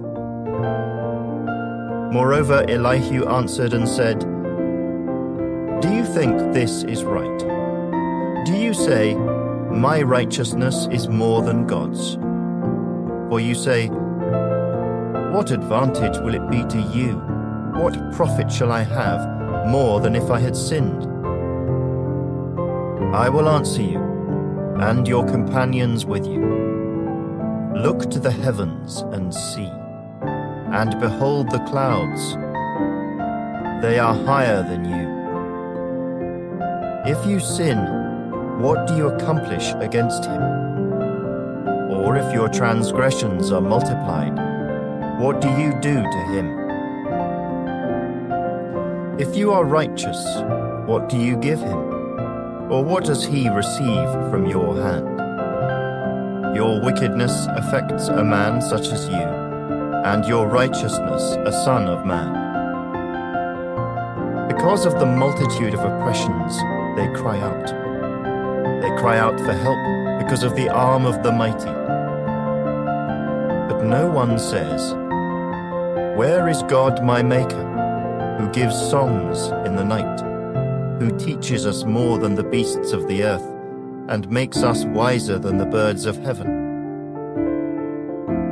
There they cry out, but he does not answer, because of the pride of evil men. Surely God will not listen to empty talk, nor will the Almighty regard it. Although you say you do not see him, yet justice is before him, and you must wait for him. And now, because he has not punished in his anger, nor taken much notice of folly, therefore Job opens his mouth in vain. He multiplies words without knowledge. Chapter 36. Elihu also proceeded and said, Bear with me a little, and I will show you that there are yet words to speak on God's behalf. I will fetch my knowledge from afar. I will ascribe righteousness to my Maker, for truly my words are not false. One who is perfect in knowledge is with you. Behold, God is mighty, but despises no one. He is mighty in strength of understanding. He does not preserve the life of the wicked, but gives justice to the oppressed. He does not withdraw his eyes from the righteous, but they are on the throne with kings, for he has seated them forever, and they are exalted. And if they are bound in fetters, held in the cords of affliction, then he tells them their work and their transgressions, that they have acted defiantly. He also opens their ear to instruction, and commands that they turn from iniquity. If they obey and serve him, they shall spend their days in prosperity, and their years in pleasures. But if they do not obey, they shall perish by the sword, and they shall die without knowledge. But the hypocrites in heart store up wrath. They do not cry for help when he binds them. They die in youth, and their life ends among the perverted persons. He delivers the poor in their affliction, and opens their ears in oppression. Indeed, he would have brought you out of dire distress, into a broad place where there is no restraint, and what is set on your table would be full of richness. But you are filled with the judgment due the wicked. Judgment and justice take hold of you. Because there is wrath, beware lest he take you away with one blow. For a large ransom would not help you avoid it. Will your riches or all the mighty forces keep you from distress? Do not desire the night when people are cut off in their place. Take heed, do not turn to iniquity, for you have chosen this rather than affliction. Behold, God is exalted by his power. Who teaches like him? Who has assigned him his way? Or who has said, "You have done wrong"? Remember to magnify his work, of which men have sung. Everyone has seen it. Man looks on it from afar. Behold, God is great, and we do not know him, nor can the number of his years be discovered. For he draws up drops of water, which distill as rain from the mist, which the clouds drop down and pour abundantly on man. Indeed, can anyone understand the spreading of clouds, the thunder from his canopy? Look, he scatters his light upon it, and covers the depths of the sea. For by these he judges the peoples. He gives food in abundance. He covers his hands with lightning, and commands it to strike. His thunder declares it, the cattle also, concerning the rising storm. Chapter 37. At this also my heart trembles and leaps from its place. Hear attentively the thunder of his voice, and the rumbling that comes from his mouth. He sends it forth under the whole heaven, his lightning to the ends of the earth. After it, a voice roars. He thunders with his majestic voice, and he does not restrain them when his voice is heard. God thunders marvelously with his voice. He does great things which we cannot comprehend. For he says to the snow, "Fall on the earth," likewise to the gentle rain, and the heavy rain of his strength. He seals the hand of every man, that all men may know his work. The beasts go into dens, and remain in their lairs. From the chamber of the south comes the whirlwind, and cold from the scattering winds of the north. By the breath of God, ice is given, and the broad waters are frozen.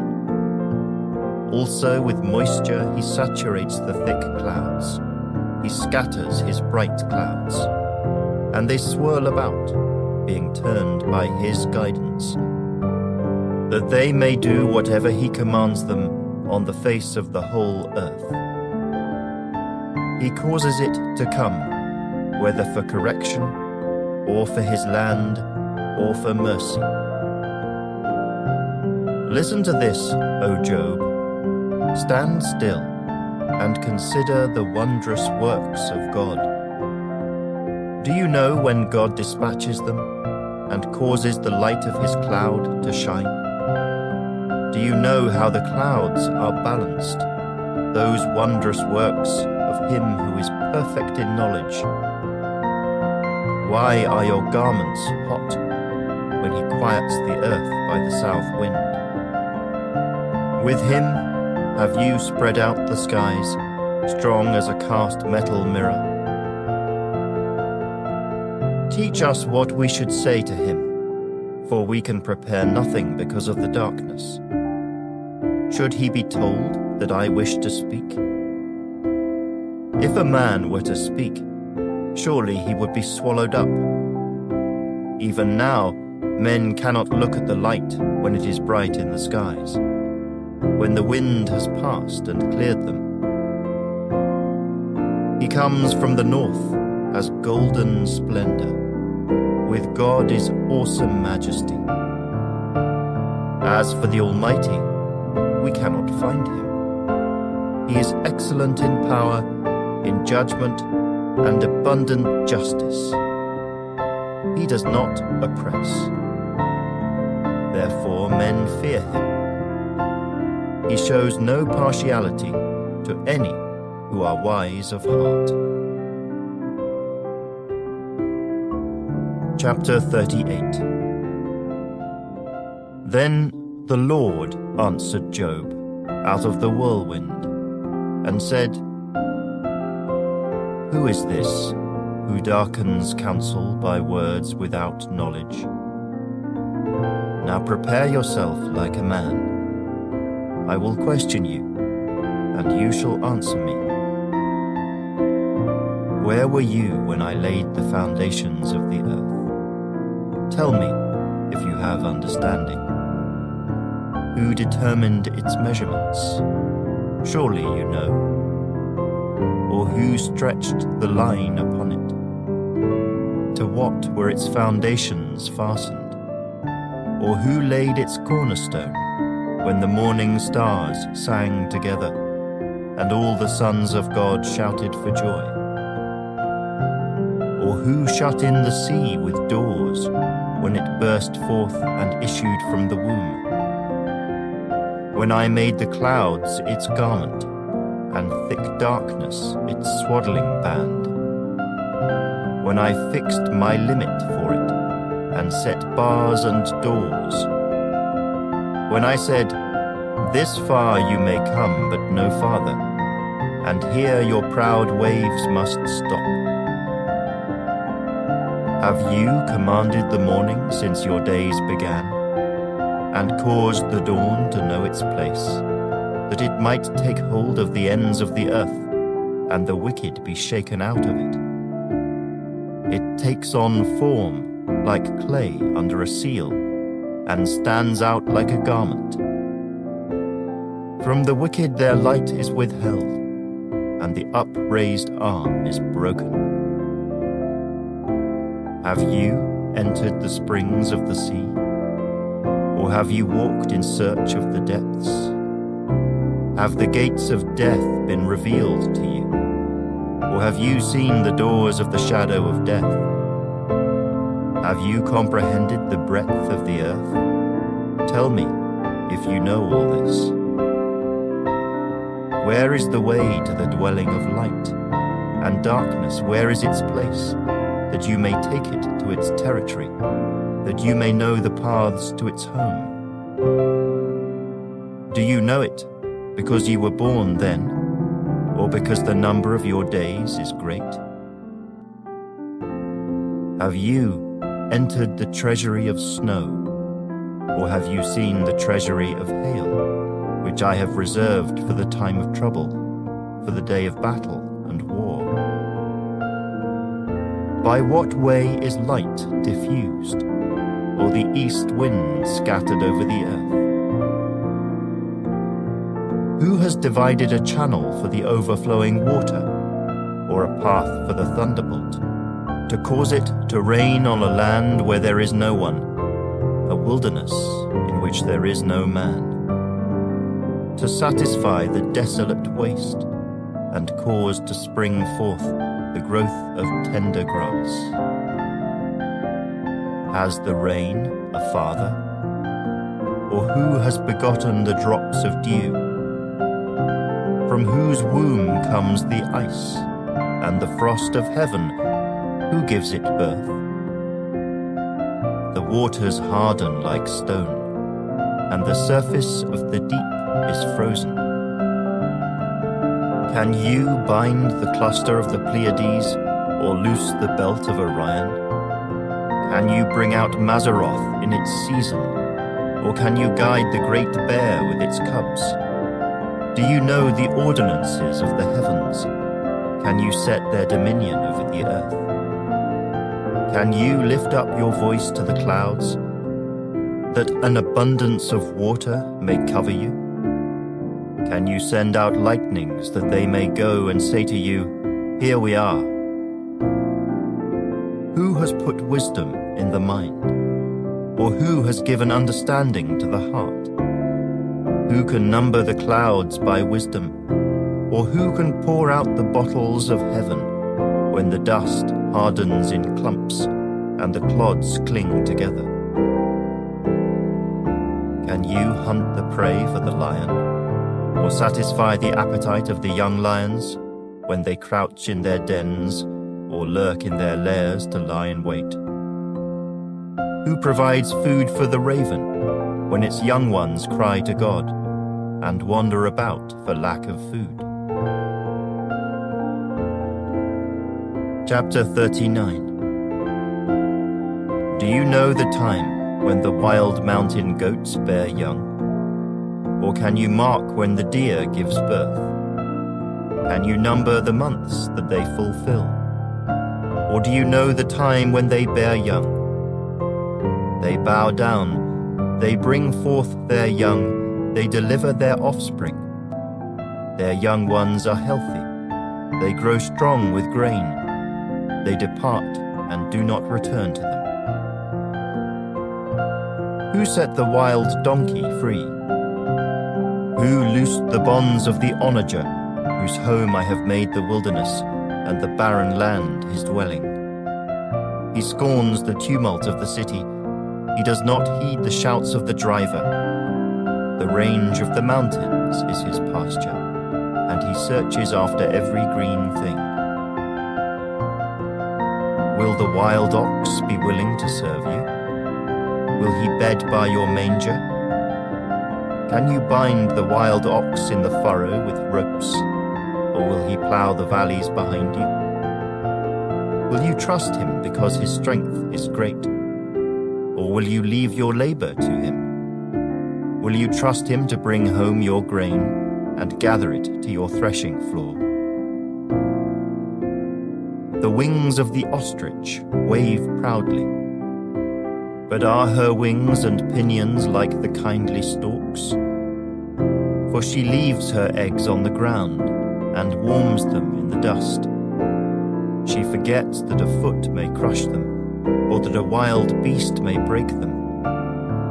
She treats her young harshly, as though they were not hers. Her labor is in vain without concern, because God deprived her of wisdom, and did not endow her with understanding. When she lifts herself on high, she scorns the horse and its rider. Have you given the horse strength? Have you clothed his neck with thunder? Can you frighten him like a locust? His majestic snorting strikes terror. He paws in the valley and rejoices in his strength. He gallops into the clash of arms. He mocks at fear and is not frightened, nor does he turn back from the sword. The quiver rattles against him. the glittering spear and javelin. He devours the distance with fierceness and rage, nor does he come to a halt because the trumpet has sounded. At the blast of the trumpet he says, "Aha!" He smells the battle from afar, the thunder of captains and shouting. Does the hawk fly by your wisdom and spread its wings toward the south? Does the eagle mount up at your command and make its nest on high? On the rock it dwells and resides, on the crag of the rock and the stronghold. From there it spies out the prey. Its eyes observe from afar. Its young ones suck up blood, and where the slain are, there it is. Chapter 40. Moreover, the Lord answered Job and said, "Shall the one who contends with the Almighty correct him? He who rebukes God, let him answer it." Then Job answered the Lord and said, "Behold, I am vile. What shall I answer you? I lay my hand over my mouth. Once I have spoken, but I will not answer. Yes, twice, but I will proceed no further." Then the Lord answered Job out of the whirlwind and said, "Now prepare yourself like a man. I will question you, and you shall answer me. Would you indeed annul my judgment? Would you condemn me that you may be justified? Have you an arm like God, or can you thunder with a voice like his? Then adorn yourself with majesty and splendor, and array yourself with glory and beauty. Disperse the rage of your wrath. Look on everyone who is proud and humble him. Look on everyone who is proud and bring him low. Tread down the wicked in their place. Hide them in the dust together. Bind their faces in hidden darkness. Then I will also confess to you that your own right hand can save you. Look now at the behemoth which I made along with you. He eats grass like an ox. See now, his strength is in his hips, and his power is in his stomach muscles. He moves his tail like a cedar. The sinews of his thighs are tightly knit. His bones are like beams of bronze, his ribs like bars of iron. He is the first of the ways of God. Only he who made him can bring near his sword. Surely the mountains yield food for him, and all the beasts of the field play there. He lies under the lotus trees in a covert of reeds and marsh. The lotus trees cover him with their shade. The willows by the brook surround him. Indeed, the river may rage, yet he is not disturbed. He is confident, though the Jordan gushes into his mouth, though he takes it in his eyes, or one pierces his nose with a snare. Chapter 41. Can you draw out Leviathan with a hook, or snare his tongue with a line which you lower? Can you put a reed through his nose, or pierce his jaw with a hook? Will he make many supplications to you? Will he speak softly to you? Will he make a covenant with you? Will you take him as a servant forever? Will you play with him as with a bird, or will you leash him for your maidens? Will your companions make a banquet of him? Will they apportion him among the merchants? Can you fill his skin with harpoons, or his head with fishing spears? Lay your hand on him, Remember the battle. Never do it again. Indeed, any hope of overcoming him is false. Shall one not be overwhelmed at the sight of him? No one is so fierce that he would dare stir him up. Who then is able to stand against me? Who has preceded me that I should pay him? Everything under heaven is mine. I will not conceal his limbs, his mighty power, or his graceful proportions. Who can remove his outer coat? Who can approach him with a double bridle? Who can open the doors of his face with his terrible teeth all around? His rows of scales are his pride, shut up tightly as with a seal. One is so near another that no air can come between them. They are joined one to another, they stick together and cannot be parted. His sneezings flash forth light, and his eyes are like the eyelids of the morning. Out of his mouth go burning lights, sparks of fire shoot out.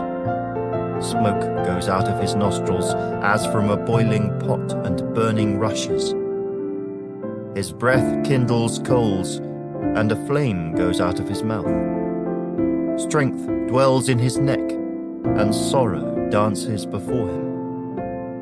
The folds of his flesh are joined together. They are firm on him and cannot be moved. His heart is as hard as stone, even as hard as the lower millstone. When he raises himself up, the mighty are afraid. Because of his crashings, they are beside themselves. Though the sword reaches him, it cannot avail, nor does spear, dart, or javelin. He regards iron as straw, and bronze as rotten wood. The arrow cannot make him flee. Sling stones become like stubble to him. Darts are regarded as straw. He laughs at the threat of javelins. His undersides are like sharp potsherds. He spreads pointed marks in the mire. He makes the deep boil like a pot. He makes the sea like a pot of ointment. He leaves a shining wake behind him. One would think the deep had white hair. On earth there is nothing like him, which is made without fear. He beholds every high thing. He is king over all the children of pride. Chapter 42. Then Job answered the Lord and said, I know that you can do everything, and that no purpose of yours can be withheld from you. You asked, who is this who hides counsel without knowledge? Therefore, I have uttered what I did not understand, things too wonderful for me, which I did not know. Listen, please, and let me speak. You said, I will question you, and you shall answer me. I have heard of you by the hearing of the ear, but now my eye sees you. Therefore, I abhor myself, and repent in dust and ashes. And so it was, after the Lord had spoken these words to Job, that the Lord said to Eliphaz the Temanite, My wrath is aroused against you and your two friends, for you have not spoken of me what is right, as my servant Job has. Now therefore, take for yourselves 7 bulls and 7 rams.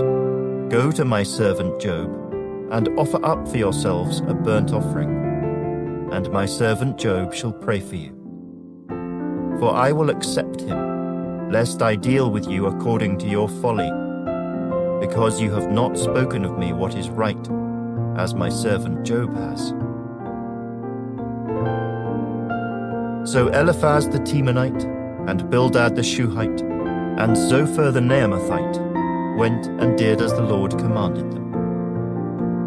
For the Lord had accepted Job. And the Lord restored Job's losses when he prayed for his friends.